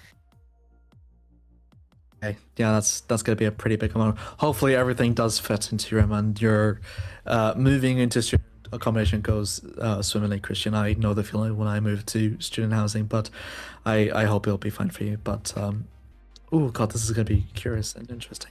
Thanks again for your time, Christian. If hopefully you'll be back for Monza, because it's a very interesting championship fight to watch you and Ben really battle out for the last 5 races we have left to go. But yeah, thanks again so much for your time, and well done on your season thus far. I hope it continues to go well through after the break if you come back. But big thanks. Thank you. Okay, What do we have next? Okay, we've got one more left, and under the recommendations of Remco and Lorenzo, we'll bring in the Hunter Birch simulation pair. Oh boy.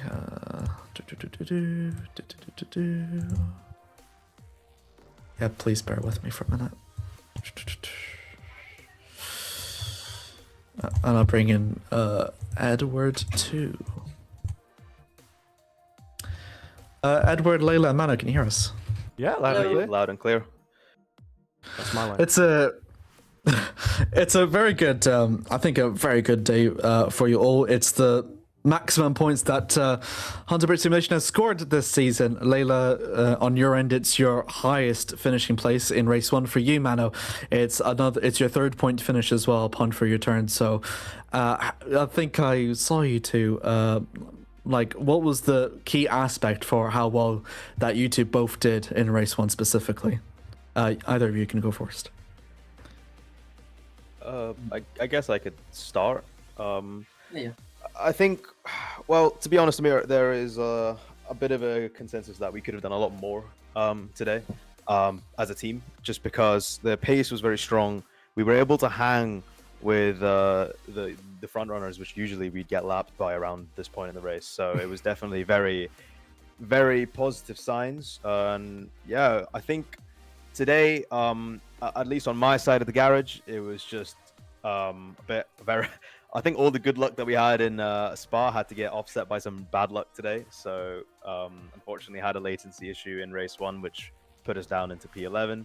And then in race 2, had some contact with Eunice at the hairpin, which just completely destroyed my suspension. So then that was us out of race 2, unfortunately. But I think to look back on the season and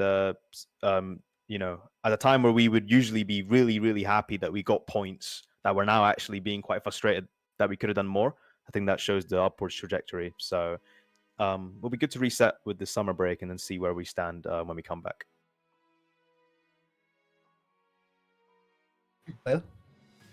Yeah, honestly, today could have been a lot more, as Manu said. I mean, me personally couldn't practice much because I've had some technical issues with my wheel dying on me and having it back on Saturday morning. So a bit of trouble with that. So not as much practice as I probably wanted to put. Pace was good, yeah. I mean, race 1, it went pretty decent, I would say, considering we were starting, P21, P20, and finishing up to where I finished, which was P13. And then with kind of a lack of the reverse grid putting me in P3, I kind of went for the mindset of let's just try and keep the guys behind for as much as I can. So obviously a bit in race 2, my vein kind of closed for various reasons, but Edgar had to a bit suffer it, but apart from that it went well. I mean, that contact with Magnus completely avoidable on his end, but it happened, so you can't do anything about it anymore apart from reporting it. So yeah, it went well. Edward, from your perspective, I imagine it must have been pretty hard having to, I think, start the season very struggling.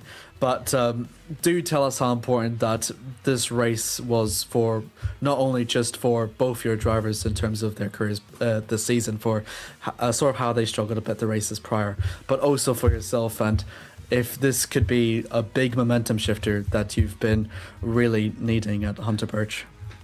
Yeah, I think so. I think it's no secret that we've been struggling for the first half of the season quite badly. And there's a lot of different reasons for that, and we've tried to address them as we've gone. And yeah, I think today was a better day. Encouraging, especially great to have Layla back after she had to miss a couple of races because she was on holiday. So yeah, even with preparation not being ideal, I think Layla did a very, very solid job and got 2 points finishes in the same event, which is the first time that's happened. And yeah, I think Mano, we really wanted to get in the car, and especially after Hungary was a little bit difficult for him as well. As he said, he got lapped in Hungary, so this was a did he get that? No, I think some people who got in contact at the start and race 1 in Hungary did end up getting back past him despite hitting. That was it. But yeah, this one was a really, really good performance from Mano. I think very nearly got P10, but for Indian internet deciding to go against us there. Although I think it did mean that Eric Brenner got P10. Obviously, things were not great between us and Eric in the wake of Hungary. But yeah, I was quite happy to see him get those points because having struggled with us for a lot of the season, I do feel like he deserved it as well. As much as I'm annoyed that Mano lost those points, I'm glad that if somebody got him, I'm glad it was Eric. So, and yeah, I hope he scores more in the future. Hopefully behind us rather than ahead of us. But there you go. Race 2, we knew we were in a good position for reverse grid, and yeah, it's a bit unfortunate Layla got. I don't want to say brake tested, but that's the term Layla used by I think it was Jamie. It was one of the cars in front of her, which I think was Jamie. Yeah, it was Clump. Yeah. So Clump just came to a stop, I think, at the apex of the final corner, and no, both of them. I think it was a chain. Okay, well, let's just report one driver at a time later. But anyway, yeah, it was a lot of frustration in that second race, but Layla defended like a lion. She was absolutely brilliant to watch. It's a shame what happened with Magnus, especially because Magnus is a former driver for us and a former race winner as well, so I sort of don't want to criticize either driver. but yeah, do you feel that was revenge? No, not that. I think it's a kind of I'd have to look back at it before making it, but I was on board watching with Layla at the time. I felt a little bit that Hockenheimring could have given a bit more room, but that's always your natural reaction when it's your driver you're on board with. And yeah, I could see what Layla was trying to do. It was just unfortunate that two cars couldn't get through that corner, but Layla had with a lot that was going against her, far apart from some of the other stuff that was going on that I don't even want to talk about that was going on in the chat during the race, which is also unacceptable. But yeah, Layla had that damage to deal with. She did incredibly. Obviously, P12 is still great, but yeah, I think Layla will be back, and then there's more to come. So I'm feeling positive about the way it went, and I'm looking forward to the rest of the season because I think we've got two drivers that are starting to get everything together, and yeah, I'm going to back them all the way, and yeah, I'm really hoping we can end things on a high and at least beat the GPV Academy team to P14 in the team stable. At this point, I'd be happy with that. But yeah, you are en route on about 6 points behind, and I think. Yeah, and I think you might be able to do it with in that second race. He did, but he also didn't get his front wing bumped as well. That's also mentioned. Final question for you, Layla, and for you, Mano. We're approaching through to the late summer break. We'll be back at Monza. We've got about 5 races left to go. What are your overall goals that you kind of want to achieve from either your perspectives? Is there like any tracks that you're looking forward to? Any positions that you want to maybe aim for, like a podium perchance or so? Me personally, probably a podium in Monza would be good, but it's aiming high. But still, 4 weeks of practice, plenty of time to get into the pace. So yeah, I would say Monza. Yeah, I think obviously this is my first race as a main driver in about a year, so it's felt like I feel like I've had about 3 summer breaks already. But it will definitely be good to take some time off, and I think when to come back, similar to how I said in Spa, I think the main thing will be to just keep going with this mentality, this mindset that we can keep achieving. We were able to race the Fox Esports cars today in the form of Magnus for about half the race, and that really filled me with confidence in the sense of, well, you know, if everything clicks again like it did in Spa, then we can definitely push for more. So it was just a bit unfortunate the issues that came across my races today, but I think if I'm able to sort of, or maybe on a luckier day, come Monza, we should hopefully be able to keep the pace going. And Monza and the tracks that follow are some of my favorite ones on the calendar, so hopefully we can give them everything we've got. That'll be fun to watch. Lorenzo, do you have any questions for our HBS trio? No questions, but congratulations on the results today. Thank you.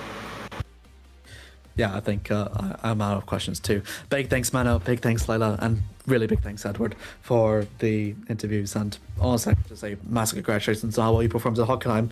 And all the best of luck for the remaining 5 races. And all my wishes to Monza as well. Thanks. Great job on commentary.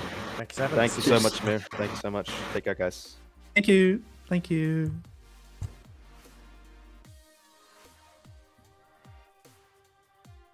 Whoops. My bad. Okay, that's us for the interviews. We've had to make it pretty short. So for those of you that were wanting to do an interview, but unfortunately we couldn't because we were only running just a very short of time. I think Remco is pretty tired and wants to go to sleep. But this gives us enough time, Lorenzo, for closing thoughts. Honestly, a very entertaining round. Jerry Van Bussel coming back after a year away. And then winning, and then disconnecting in race 2, unfortunately. James Knox winning yet again, now being the winningest driver in the series. Not much movement in the Drivers' Championship title battle, but there seems to have been some minimal gain from Fox on Orbit in the team standings. I think overall there was definitely dubious driving standards, but I think a lot of them, I don't know, I think my mind's already on summer break, to be honest with you. I don't certainly blame you. I think it's certainly on the mind of quite a lot of drivers, but that's been us from here at the GPVWC broadcast. And as you can see, we're now kicking our break here in Formula Sprint 2. For those of you that want to watch any more GPVWC action, do not be alarmed. We will still be broadcasting the rest of our series. At the 6th of August, we'll be hosting through our German Grand Prix in Formula Sprint 1. The 10th of August will be our Academy series. If you want to get involved in the Academy series, feel free to join via our Discord and via our website. On the 11th of August, we'll be hosting through our Superlights, and then on the 13th of August, it will be our premier flagship series, the Super League. It's going to be quite intense to see how that will mark in terms of the championship side of things. But until then, from us, we'll be gone for 4 weeks. We'll be back at the 1st of September, as which will kickstart the return of the GPVWC online race action. We'll be in Monza, and we'll wait to see who can emerge victorious there. We have already seen a lot of action already between the spring to the summer break here, which was spanning through Montreal, Imola, Silverstone, Spa, Hungary, and now here at Hockenheim. But after all that things that has happened, the way it stands, Christian Klumstedt just about actually extends his lead ever so slightly by 1 point. So the gap has now gone to 23 points instead of 22 points, with Jonas Karla still about 43 points behind. He's 241, and meanwhile, continuing up for the order, it is James Knox, who's actually equal on points with Magnus Ockhagen, and they're both 2 points adrift from the man in 5th place in Dan Hayek. So that's going to be it from us here at the commentary booth. Feel free to tune us in next time around at Monza. I've been Amir. Thank you all so very much for watching, and we'll see you at Italy. Take care.